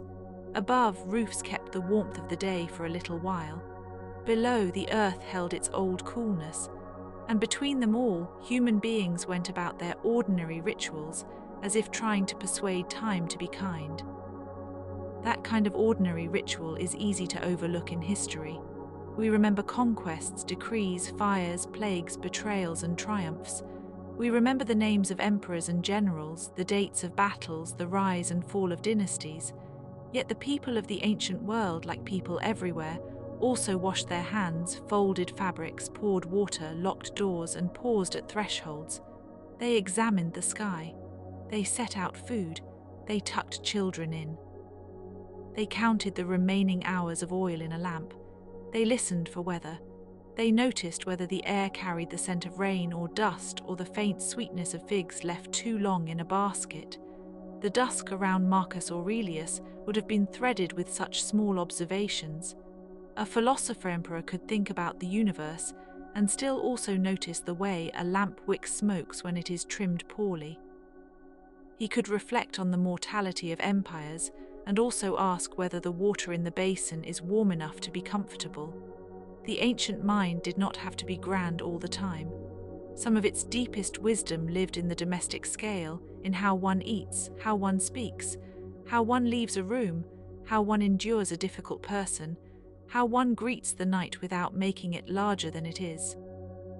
Stoicism, in this quiet light, becomes less like a stern discipline and more like a way of arranging the soul's furniture, not with coldness but with order, not with denial but with proportion. To say that some things are ours and some are not is not to become indifferent. It is to avoid confusing the movable with the fixed. It is to realize that the world contains many events, but not every event needs to enter the heart as a wound.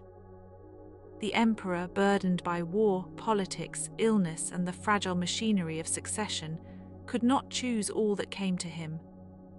But he could choose his manner of meeting it. That is a kind of freedom that can be practiced by anyone in any century in any room at dusk. And perhaps that is why the Stoics continue to feel so near, even after so many centuries. Their world is gone, yet their questions remain in the air like the last warmth after sunset. What belongs to me? What lies outside my control? What is the shape of my response? These questions are almost softer than thought. They do not shout, they settle. They are the kind of questions one could ask while gazing at the embers in a hearth, or while standing alone on a balcony above a sleeping street, or while lying awake and listening to the slow traffic of one's own breath. There is something ancient in the act of reviewing the day.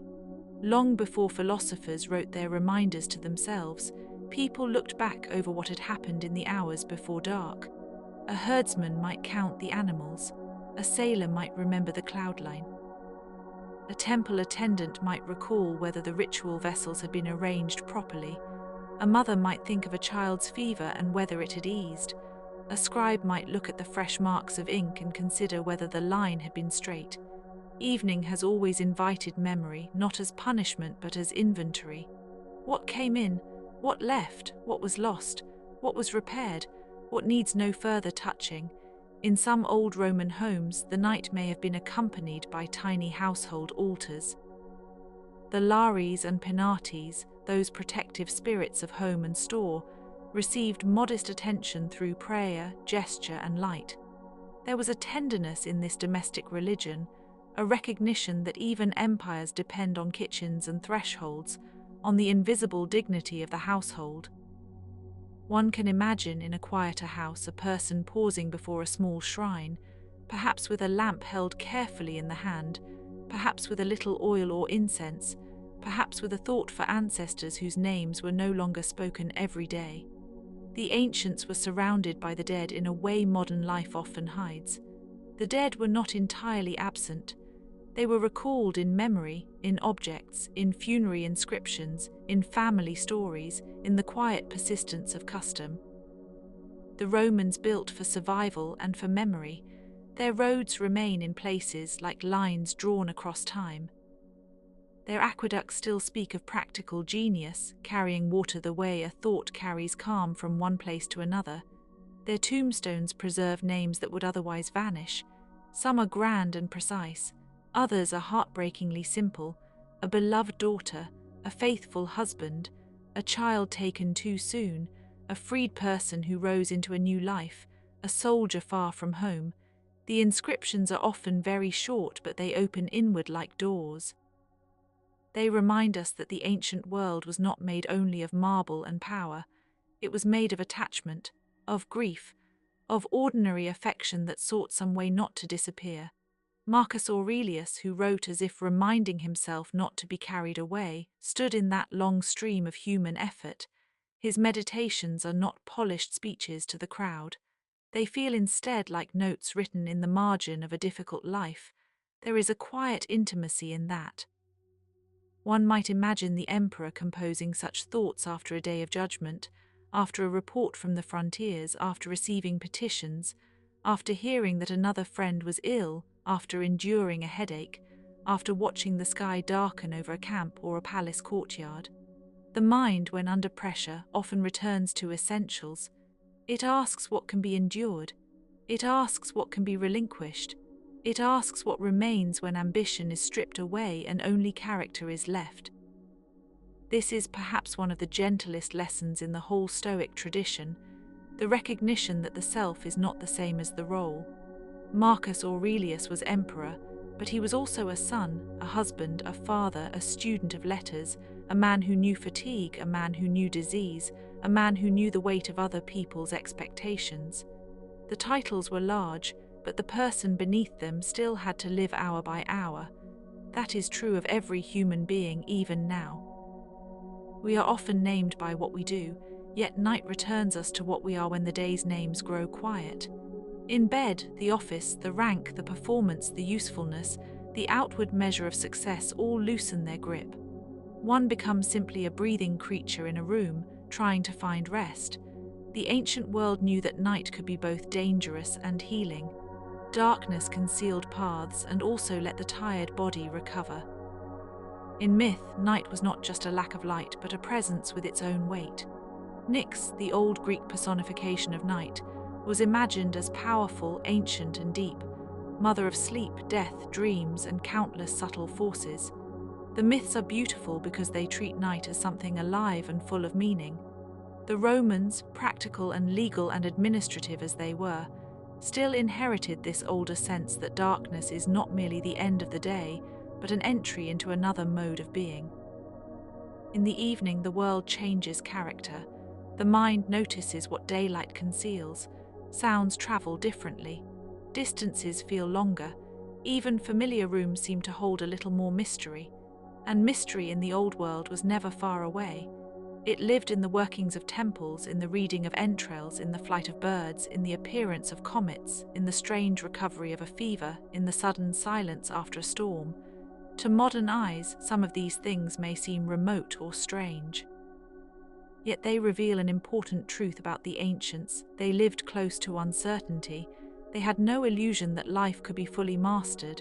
The harvest could fail, a road could collapse, a ruler could die unexpectedly, a household could be changed in a moment, plagues could move through a city, the sea could turn violent. Even the stars in their mysterious regularity were not fully understood. Under such conditions, philosophy was not abstract decoration. It was a practical shelter for the mind. So in the dim Roman evening, the Stoic turn inward is not a withdrawal from reality. It is a way of meeting reality without panic. The practice of asking oneself what is within reach of effort and what is not, what can be shaped and what must be received, has a calming effect because it restores scale. The mind loves to make everything equally urgent. Stoicism invites a different order. This meeting at dusk, this gentle sorting of burdens, is like placing tools back on a workbench before sleep. The work is not denied. The tools are not discarded. They are simply put down for the night. If one imagines Marcus Aurelius at his desk, the scene becomes almost lamplit and tender. There may be a wax tablet, a stylus, a sheet of papyrus, a stool, the smell of oil, the slight dryness of the air, the weariness of a hand that has written more than it wished. Outside, Rome may be narrowing into evening, its public life retreating into private chambers. The forum has quieted. The fountains continue their steady sound. Somewhere a door is barred. Somewhere a servant blows softly on coals. Somewhere a child resists sleep for a little while longer. Somewhere a watchman adjusts his cloak against the night air. The city, vast and complicated, becomes manageable only by becoming smaller. Night has that effect. It makes the world intimate again. There is a kind of ancient tenderness in lamps themselves. Before electricity made light effortless and constant, every flame carried significance. It had to be fed. It could go out. It could soot a wall, smoke, waver in a draught. In many cultures, flame was associated with presence, life, protection, and continuity. A lamp burning in a Roman house was not just practical. It was a sign that someone was home, that the evening had not yet surrendered entirely to darkness. The last lamp of the day may have been handled with care, trimmed and placed securely, as if one were entrusting a small golden animal to the night. And from that small flame one can wander outward into the broader ancient Mediterranean, where dusk fell over harbours, roads, sanctuaries and fields. In Alexandria, perhaps, scholars and merchants walked among porticos with the day's heat leaving the stone. In Athens, shadows lengthened across columns that had already seen centuries. In Antioch, the streets may have carried the scent of cooking bread.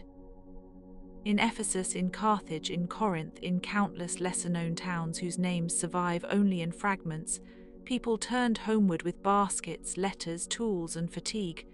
The empire was not one thing but many local evenings joined under the same sky. Every place had its own dusk, its own particular hush. History preserves some of those places in astonishing detail, and others only in traces. A wall fragment, a coin, a shard of pottery, a burial, a poem quoted by a later writer, a temple step worn down by feet long gone. The rest is silence, which can feel almost like a sacred material. There is comfort in the fact that the ancient world remains partly unrecovered. Not everything has been explained, not everything can be. The lostness itself is part of the inheritance. We are allowed to wonder, we are allowed to accept gaps. In that sense, the study of antiquity is not so different from the Stoic evening exercise. One sees what is present, acknowledges what is absent, and does not become agitated by the limits of knowledge.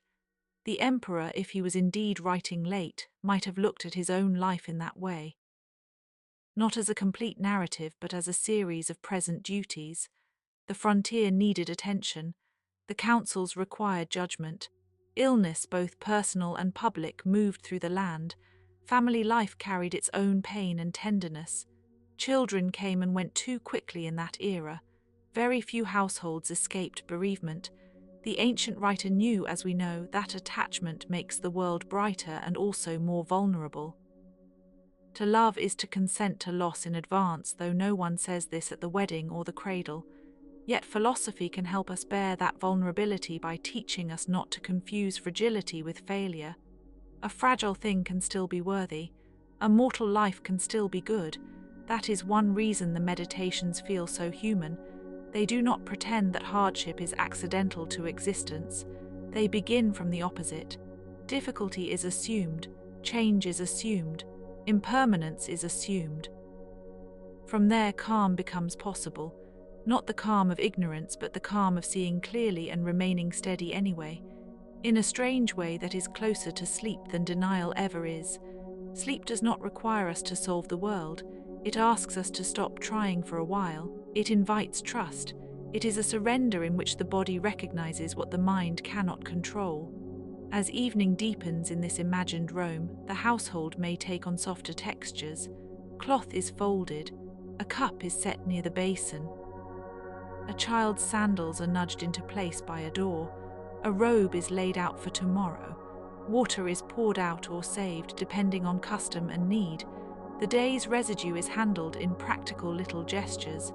These acts are nearly invisible, yet they are the scaffolding of civilization. Great cities survive on repeated small obediences to order. The ancients understood this. So did Marcus.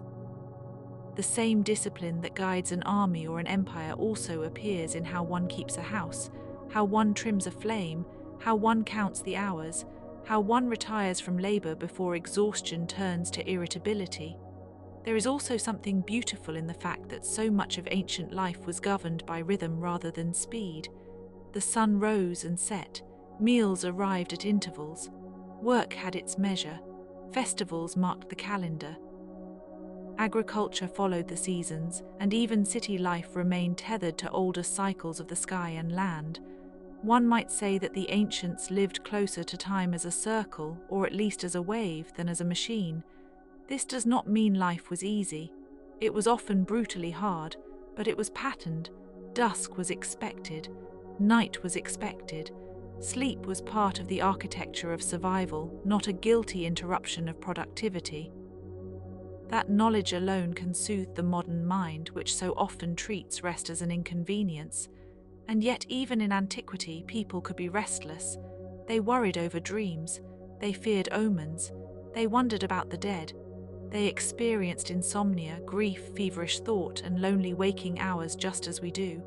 The difference is not that they were tranquil and we are not. The difference is that they left behind more reminders that human unease is old and therefore survivable. One of the quiet consolations of history is the discovery that our private worries often have very old ancestors. Someone in a Roman bedchamber 2,000 years ago may have stared into darkness and tried to make peace with tomorrow. Someone else may have asked a physician what remedy could settle the nerves. Someone may have counted breaths. Someone may have listened to rain on tile. These are not merely modern behaviors, they are human ones. The ancient myths understood this continuity in symbolic form.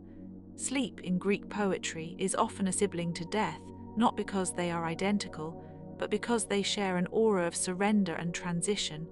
Dreams were messages, distortions, visitations, or simply the mind's nocturnal wandering, depending on whom one asked. The Romans inherited a world where interpretation itself was a form of daily life. A strange dream might be discussed in the morning. A crack in a vessel could be noticed. The direction of smoke could matter. This constant attention to signs made the world feel dense with meaning, though not always with clarity. We live in a different interpretive climate now, yet we still seek patterns before sleep. The mind leans toward narrative even when it is tired. Marcus Aurelius, for his part, seems to have resisted the seductions of excessive interpretation. He wanted to return to fundamentals. A thing happened, it was perhaps painful, it was perhaps flattering, it was perhaps unjust, but what is its actual shape?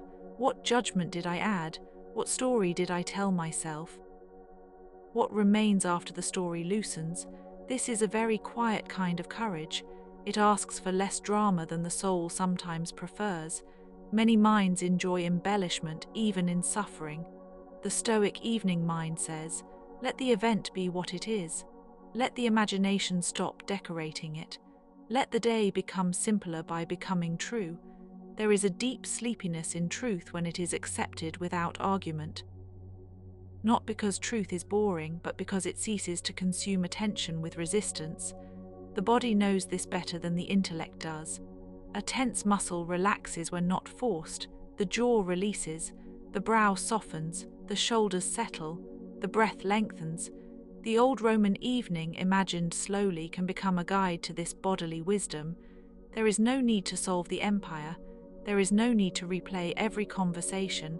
There is no need to appoint the darkness as an enemy. It is enough to lie down with the sense that the day has been seen, and that what was not seen can wait. If one were to wander farther into the ancient world at this hour, one might encounter the margins of cities where tombs lined the roads. Roman burial practices often placed the dead outside the living center, along the approaches where travelers would pass by. Inscriptions invited memory. Small offerings might be left. The proximity of the dead to the roads of the living is strangely comforting. It suggests continuity, not erasure. The ancient city was built beside its own vanished selves. Every generation walked among remnants of the previous one.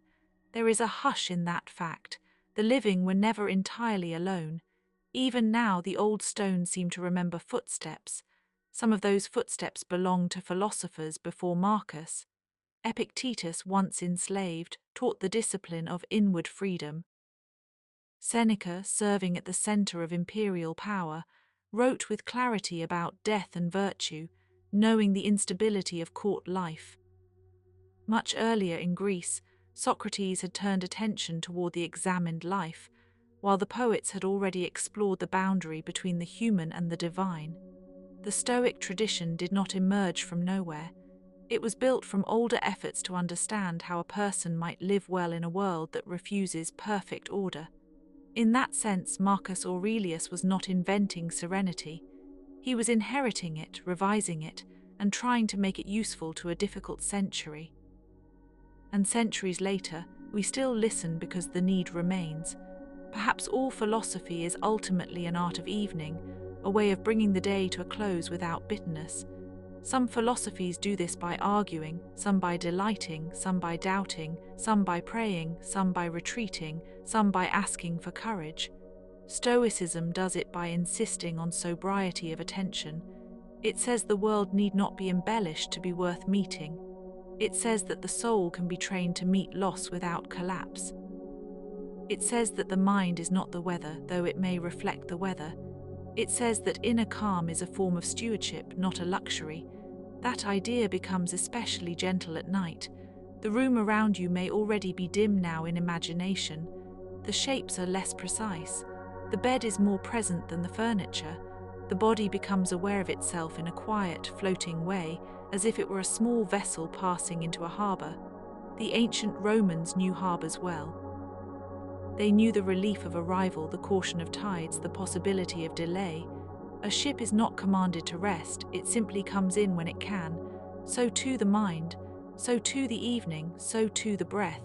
There is a lovely slowness in imagining the emperor's last tasks before sleep. Perhaps he placed one object after another in order. Perhaps he looked at a note and set it aside. Perhaps he listened to the sounds of the house settling.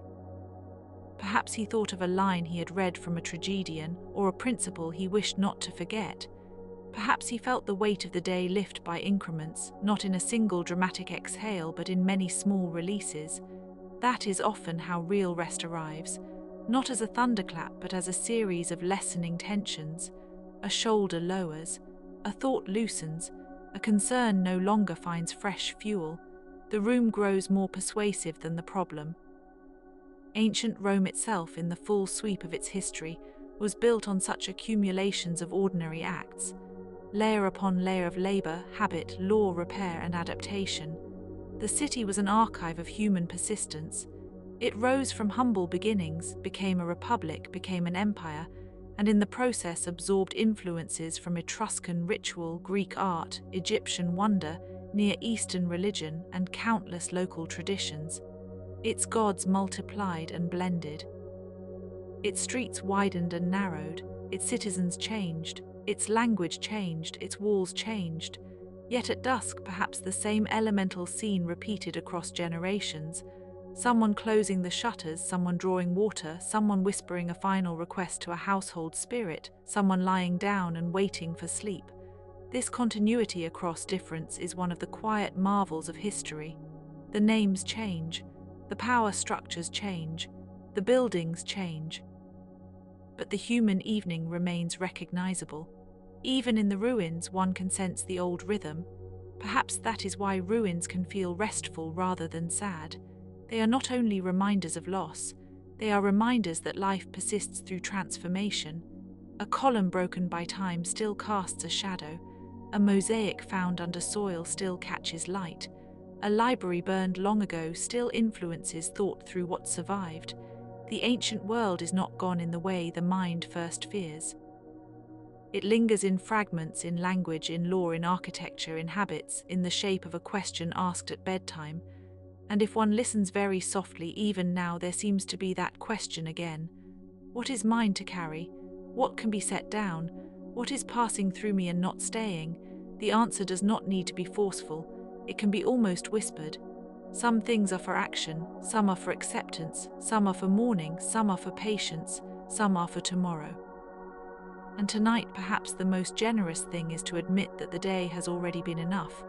In the slow Roman dusk, even the air seems to agree. The heat loosens, the stones cool, the lamps grow warmer by contrast. A bronze object turns darker at the edges. The sky shifts from blue to indigo to the nearly soundless black that follows. There may be a few bright points overhead just beginning to show themselves. The ancients watched those stars with reverence and uncertainty. They used them to navigate, to mark seasons, to tell stories, to imagine gods moving through the cosmos. We now know more about their distances, their compositions, their ages, and yet the old wonder remains. A star is still a distant flame, still a reminder that the sky contains more than the eye can hold. Marcus Aurelius could not have known the modern names of those stars, but he knew enough about largeness and smallness to be humbled by them. He wrote as if the universe were both indifferent and beautifully ordered, both immense and intimate enough for moral reflection. That balance is part of what makes his voice so suitable to dusk. It is not triumphant, it is not despairing, it is measured. It understands that the sun's setting is not tragedy. It is simply the world changing its mode. And the soul, if trained gently, can change with it. So let the mind change with it now, not by effort but by listening. Let the imagined city become quieter. Let the private room become more distant and more gentle. Let the old emperor's lamp fade into a small gold point and then into the dark. Let the words he might have written dissolve into the larger silence that received them. There is a great comfort in the fact that the written thought, once complete, can be put away. The mind does not have to keep speaking forever. It can rest. It can sink. It can be less vigilant for a while. And as it does, the old Roman evening becomes less a scene than a feeling, less a history lesson than a shelter. The feeling is simple. Things have been considered. Things have been released. The house is in shadow. The body is safe enough to sleep. The mind need not hold the whole empire in its grasp. It need only rest in the small, dark, ordinary chamber of this hour. Beyond it, the ancient city waits in its own long sleep. The roads, the forums, the baths, the markets, the temples, the unfinished plans, the forgotten quarrels, the names inscribed on stone, the coins lost in dirt, the prayers half remembered, the arguments now silent, all of it lies beneath the same night.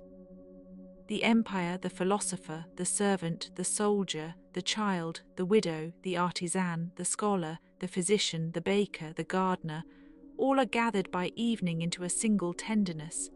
No one is asked to carry the full weight alone. And that is enough to let the breath soften further, as if the body recognizes a truth older than language. That rest is part of wisdom, that dusk is not an interruption but a rightful completion, and that even in a world of uncertainty, there can be a small, faithful peace at the end of the day. So remain here a little longer in the quiet roam of imagination, where lamps have dimmed and the courtyards are still, where the emperor's thoughtful words have already done their work and no longer need repeating, where the old stones hold their memories without strain, and where the night moves in with the patience of a familiar friend. Let it settle over the roofs and streets, over the porches and the sleeping rooms, over the scrolls and sandals and folded cloth, over the names that history remembers and the names it does not. Let it settle over you as well.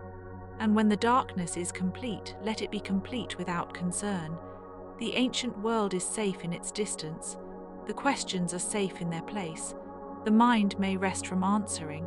The heart may rest from carrying. The body may become heavy and easy and warm beneath the coverings of night. The last lamp does not need to stay bright forever. It only needs to guide the way into sleep and then quietly go out. The last lamp does not need to stay bright forever. It only needs to guide the way into sleep and then quietly go out. And now, in that soft afterglow, it may be restful to imagine what an evening like this might have felt like from within the walls of a Roman household that belonged not to legend, but to ordinary life. Not a palace of marble and ceremony, but a working home with its own small geography of habit. A threshold worn smooth by sandals.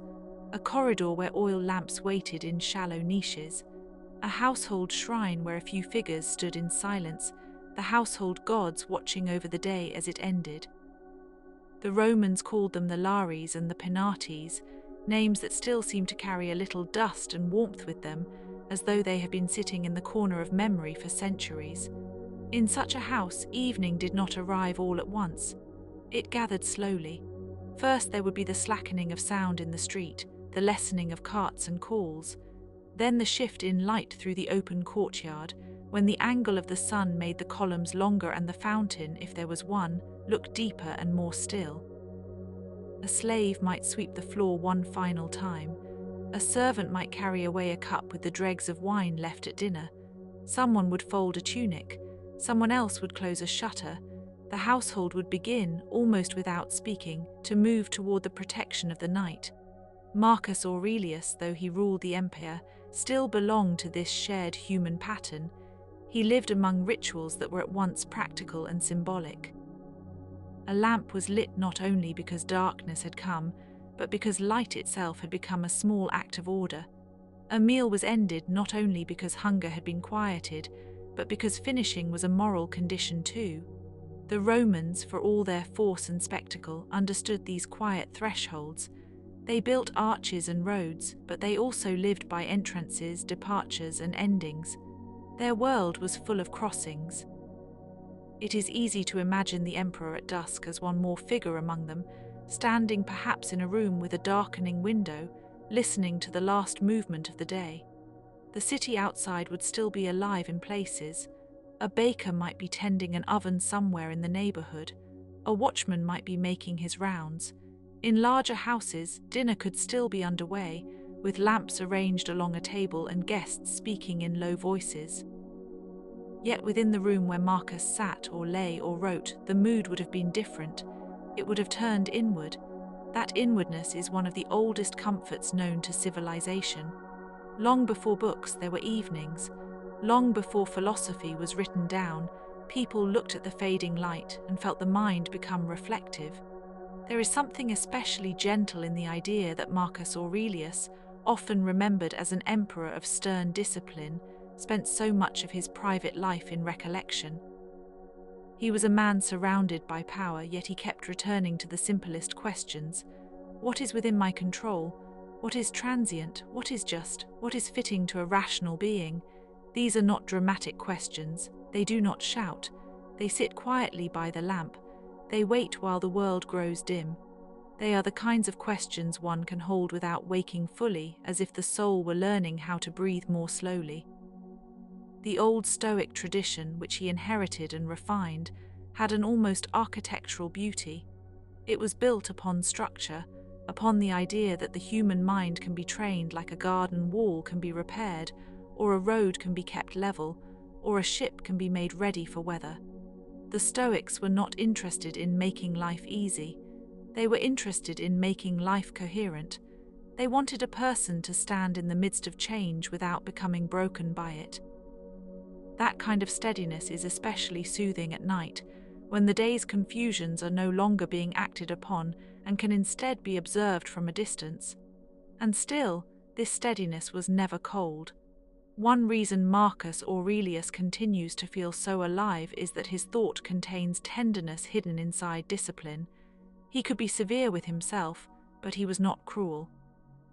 He often reminded himself that other people err because they do not know better, and that one should meet their faults with patience. This too belongs to evening. The late hour has a way of softening judgments. Faces that seemed sharp in daylight become gentler in memory. Even a difficult conversation can lose its edge by lamplight. The mind, if allowed, can set down its weapons and notice how much of life is made not of conflict, but of misunderstanding, exhaustion, habit, and the long effort to do one's best. Rome itself, at such an hour, would have seemed both immense and fragile. Its streets were layered with histories from many centuries.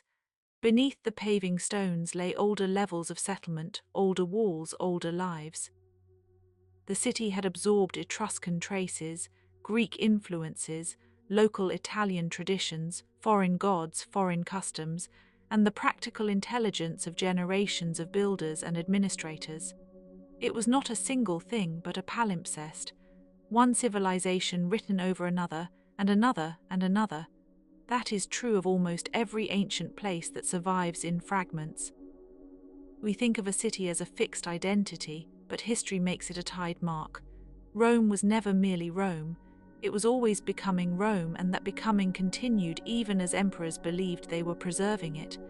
At dusk, all of that complexity could fade into a simpler impression. A street lit by lamps, a water jar beside a doorway, the smell of smoke from kitchens, the distant murmur from a tavern. Somewhere perhaps a child would be finally tired and quiet. Somewhere perhaps an old man would sit in the dark and remember a battlefield or a lost field or a vanished wife, or the time before Rome was ruled by Caesars at all. In the ancient world, memory was often the last companion of the day. And memory, like evening itself, can be both peaceful and vast. It is interesting that so much of what survives from antiquity comes to us in pieces. A bust with a broken nose, a mosaic with missing tiles, a letter half preserved by dry desert air, a wall painting faded by time, a coin whose emperor's face is worn smooth, a ship recovered from the seabed with its cargo still held in place by silt and darkness. Ancient history often arrives as an archaeology of fragments, and yet the fragments are enough to awaken an entire world. A single lamp from Pompeii can tell us how a hand once held darkness at bay. A shard of pottery can suggest a table, a meal, a family, a laugh. A sentence from Marcus Aurelius can open a whole chamber of inward life. There is a quiet mystery in that. We know so much and so little. We can reconstruct the layout of a Roman house, the ingredients of a common stew, the route of a military campaign, the politics of an imperial court. And still the inner weather of a person remains partly hidden.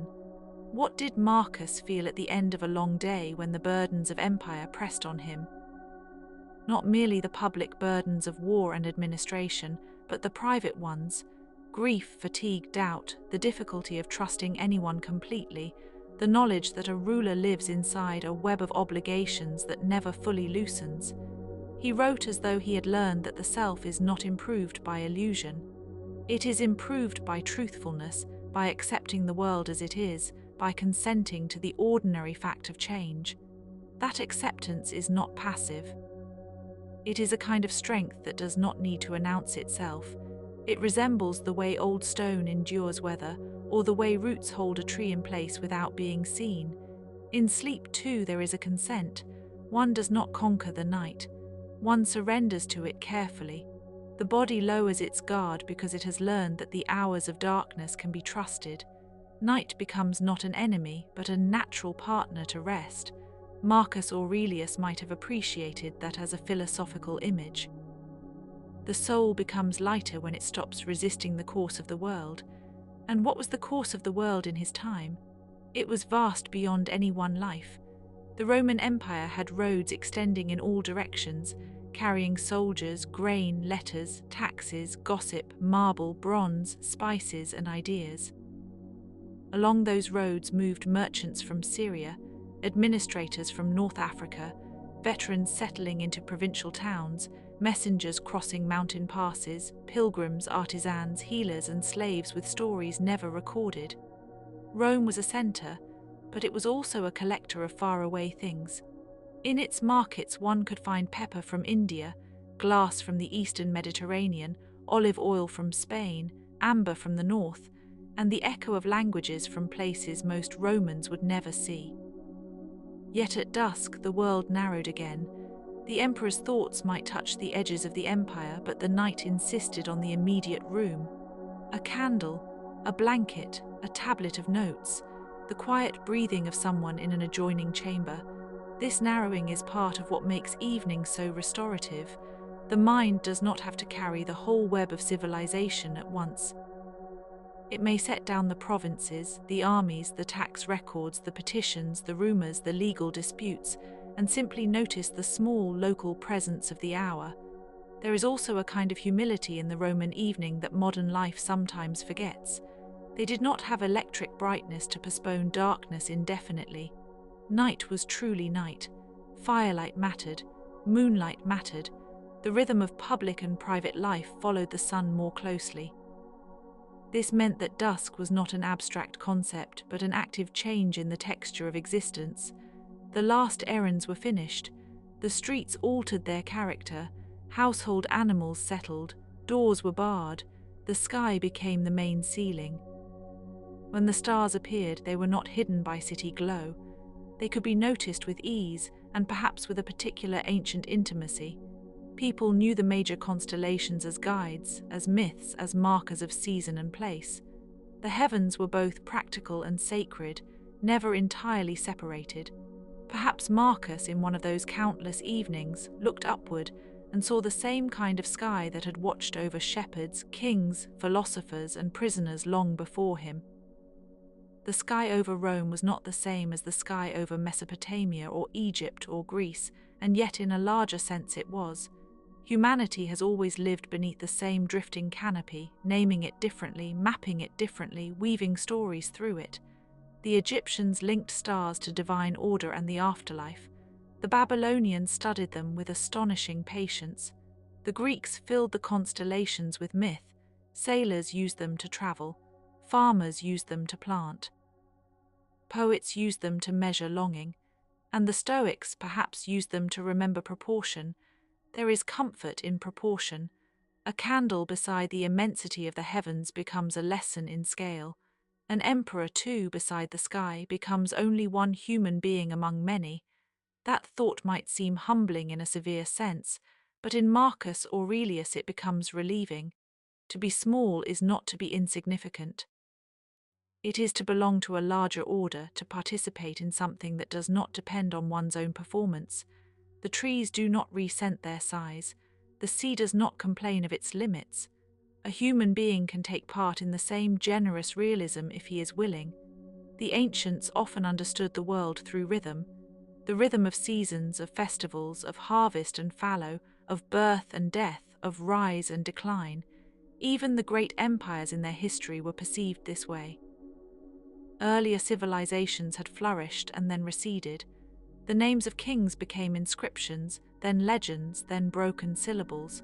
Assyria, Babylon, Mycenae, Minoan and Crete, the old kingdoms of Egypt, the forgotten cities of Anatolia and the Levant, all seem to offer the same lesson to later thinkers. Power is temporary, memory is selective, and what remains may be a ruined scene at sunset, beautiful precisely because it is incomplete. Marcus Aurelius lived after many such examples.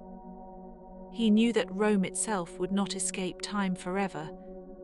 He could not have known how many centuries would pass, how many stones would crumble, how many languages would emerge, how many maps would be redrawn, but he knew enough to resist arrogance. He wrote as though the human being should always keep one eye on transience. Everything changes, he reminded himself. Fame is smoke. Reputation depends on the opinions of others.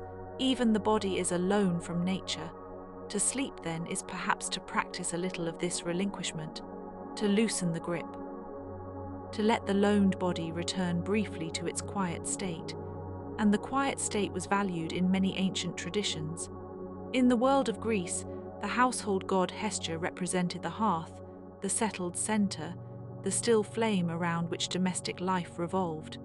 In Rome, Vesta carried a similar sacredness, her temple flame maintained by Vestal virgins with a seriousness that reminds us how closely fire and continuity were linked. In Egyptian homes and tombs alike, the thresholds between living and divine space were carefully marked. In Mesopotamia, the night sky itself could be read as a tablet of signs. Again and again, civilizations discovered that peace was not emptiness. It was order, care, repetition, and the honoring of certain daily acts.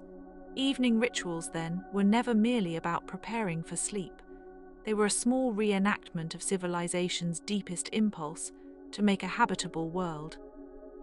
To arrange light in darkness, to wash away the day's dust, to set aside what has been completed, to acknowledge what remains unfinished without panic. In that sense, a Stoic evening was not different from any other human evening at its core. It simply gave more deliberate shape to what all people already do, whether they know it or not. They close the door, they turn inward, they restore what can be restored, they leave the rest for tomorrow or for fate. The ancient Romans, with all their grandeur, were intimate with the practical side of this. Their houses were designed around climate and privacy in ways that feel almost whispering. The atrium could collect light and rainwater. The peristyle garden might hold a patch of green in the center of stone. Walls were often painted with imagined architecture or distant landscapes, as if to expand the smallness of a room. In the evening, those colors would darken gently rather than disappear all at once. A painted vine might become a shadow vine. A still life on a wall might seem to wait in silence. A mosaic floor catching the last lamp glow would transform from image into texture. There is something very restful about such surfaces. Ancient surfaces are rarely pristine in the modern sense. They are worn, their beauty includes survival. The corners are rounded by use. The pigments have softened. The marble has absorbed the touch of centuries. A great many people passing through such places left no names, and yet the material world remembers their habits. The worn step tells where feet gathered, the polished lintel tells where hands reached, the cracked basin tells of water carried and spilled. Even in ruins, domestic life leaves a faint scent of recurrence, and recurrence is one of the safest rhythms to let the mind follow at bedtime. The sun goes down as it always has. The moon rises, the stars reappear. Breath comes and goes. Thoughts arrive and recede. The ancient cities flourished and fell, but the pattern of evening endured over all of them. Perhaps this is part of why history can soothe instead of disturb when approached gently. It reveals that change is not chaos by itself. There are forms beneath the change. There are returning shapes. The human heart, meeting the evening, has met it before in countless ancestors. Imagine then a Roman elder seated near a brazier, maybe with a cloak over his knees, listening to a younger person recite a line from Virgil, or perhaps from some local poet now lost. A servant moves quietly in the background. The household cat has curled near the warmth. Outside, the city's many doors are closing one by one. There may be a discussion of weather, of the quality of wine, of the price of grain, or of some far-off campaign that seems both urgent and remote. Then the conversation dwindles. A cup is emptied, someone yawns without embarrassment. There is no need to conquer the rest of the night. The night is merely arriving to take its place. It is striking how much of ancient life can be inferred from modest things. A cooking pot suggests a diet. A soot-marked wall suggests a lamp. A toy from a burial suggests a child's place in the family world. A set of wax tablets suggests business and correspondence.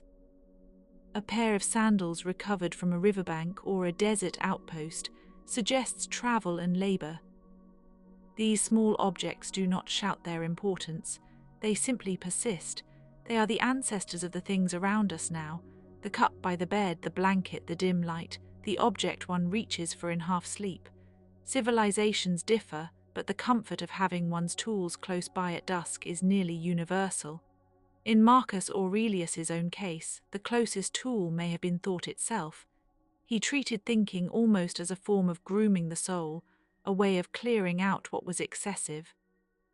His meditations, which were not intended as a public display in his own lifetime, feel all the more intimate because of that.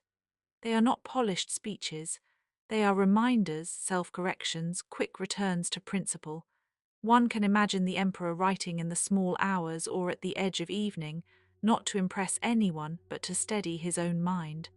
The private notebook is one of the most human artifacts ever created.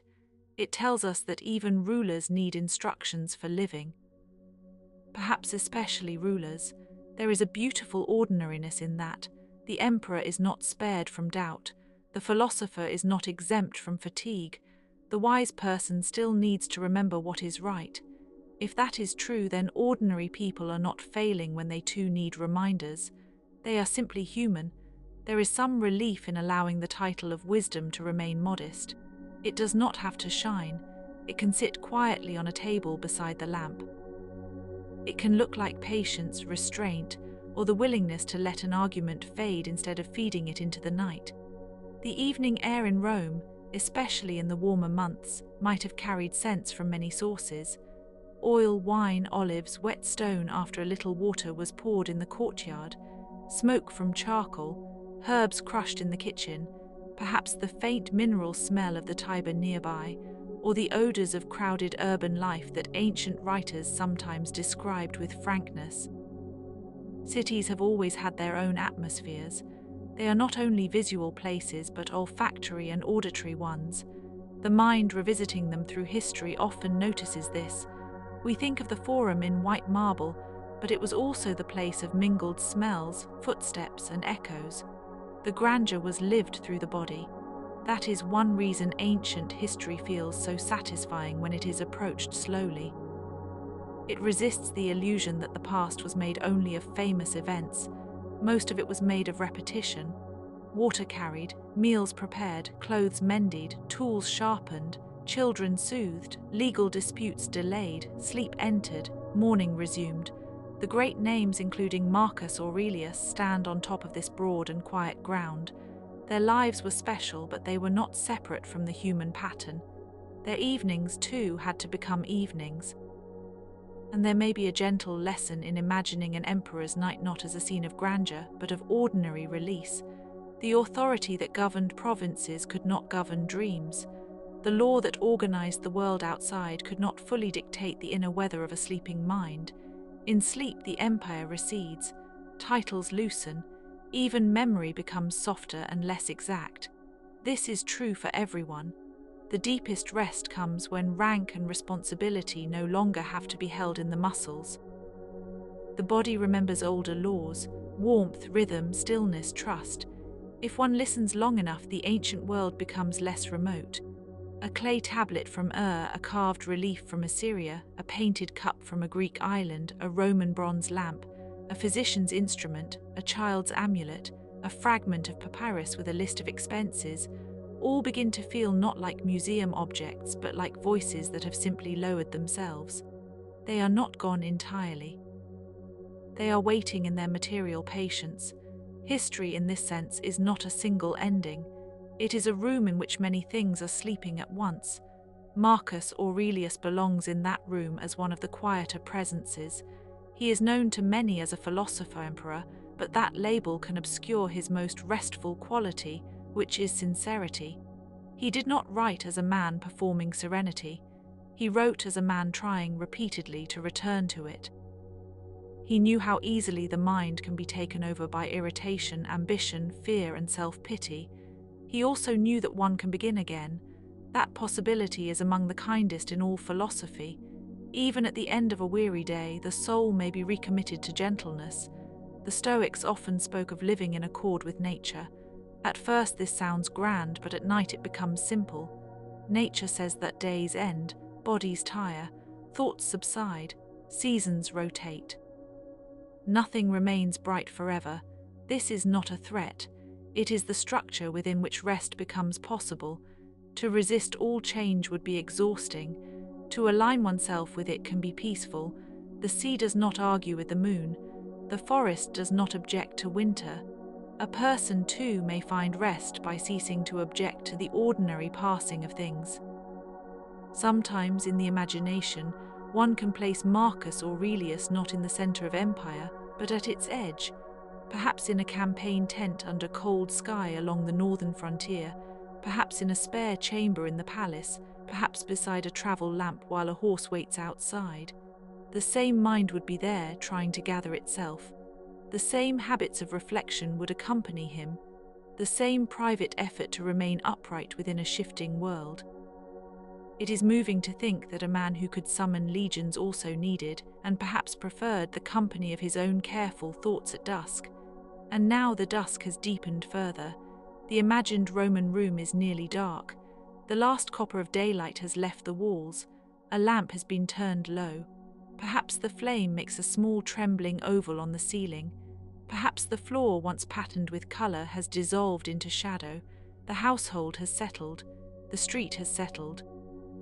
The city, that great and restless organism, has folded itself into sleep piece by piece. In the far distance, one might hear the faint creak of a gate, or the bark of a dog, or the water moving through some unseen conduit. These sounds do not disturb the night. They belong to it.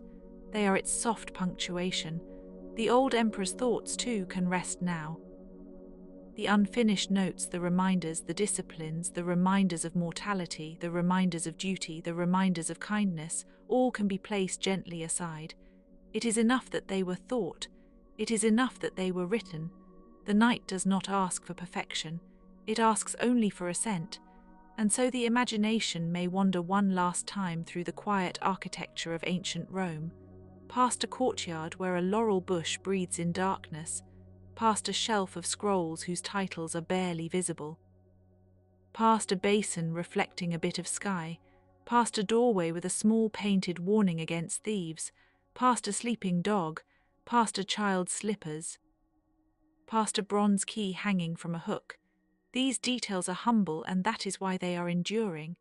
They gather the vastness of history into the scale of a room. Then, beyond the room, beyond the house, beyond the hill, the larger city lies beneath the stars. Tiber water moves with its own ancient patience. Temples, baths, aqueducts, forums, tenements, gardens, warehouses, and roads all hold their places in the dark. Some of them will survive in ruins, some in names, some only in the few lines that later writers will preserve. Yet at this hour none of that matters. What matters is the peace of having lived through the day and now yielded to night. This is perhaps the deepest Stoic evening ritual of all, not a formal ceremony but an inner unclenching, to look back without bitterness, to let the day be what it was, to forgive its incompleteness, to recognize that the self is not made only of achievements but of the quiet willingness to begin again after each ending. The world of Marcus Aurelius was not simple, and ours is not simple either, but dusk reduces complexity to something tender enough to bear. One lamp, one breath, one room, one night, so let that night continue to widen without urgency. Let it hold the old Rome with all its vanished people and its layered stones, as gently as water holds a reflection. Let it hold the emperor in his discipline, the servant in her fatigue, the child in sleep, the philosopher in thought, the unnamed thousands in their ordinary rest. Let it hold the ruins of later centuries too, and the questions that remain open, and the stars above them all, unchanged in their distant fire. And let it hold you as well, softly and without effort, until thought becomes lighter than sleep and sleep becomes easier than thought. The lamp is only a point now. The room is nearly all quiet. The ancient city has finished its turn toward night. There is nothing more to solve before dawn. There is only the deep and forgiving dark, and the calm fact that everything, even the emperor's evening, may finally be allowed to rest.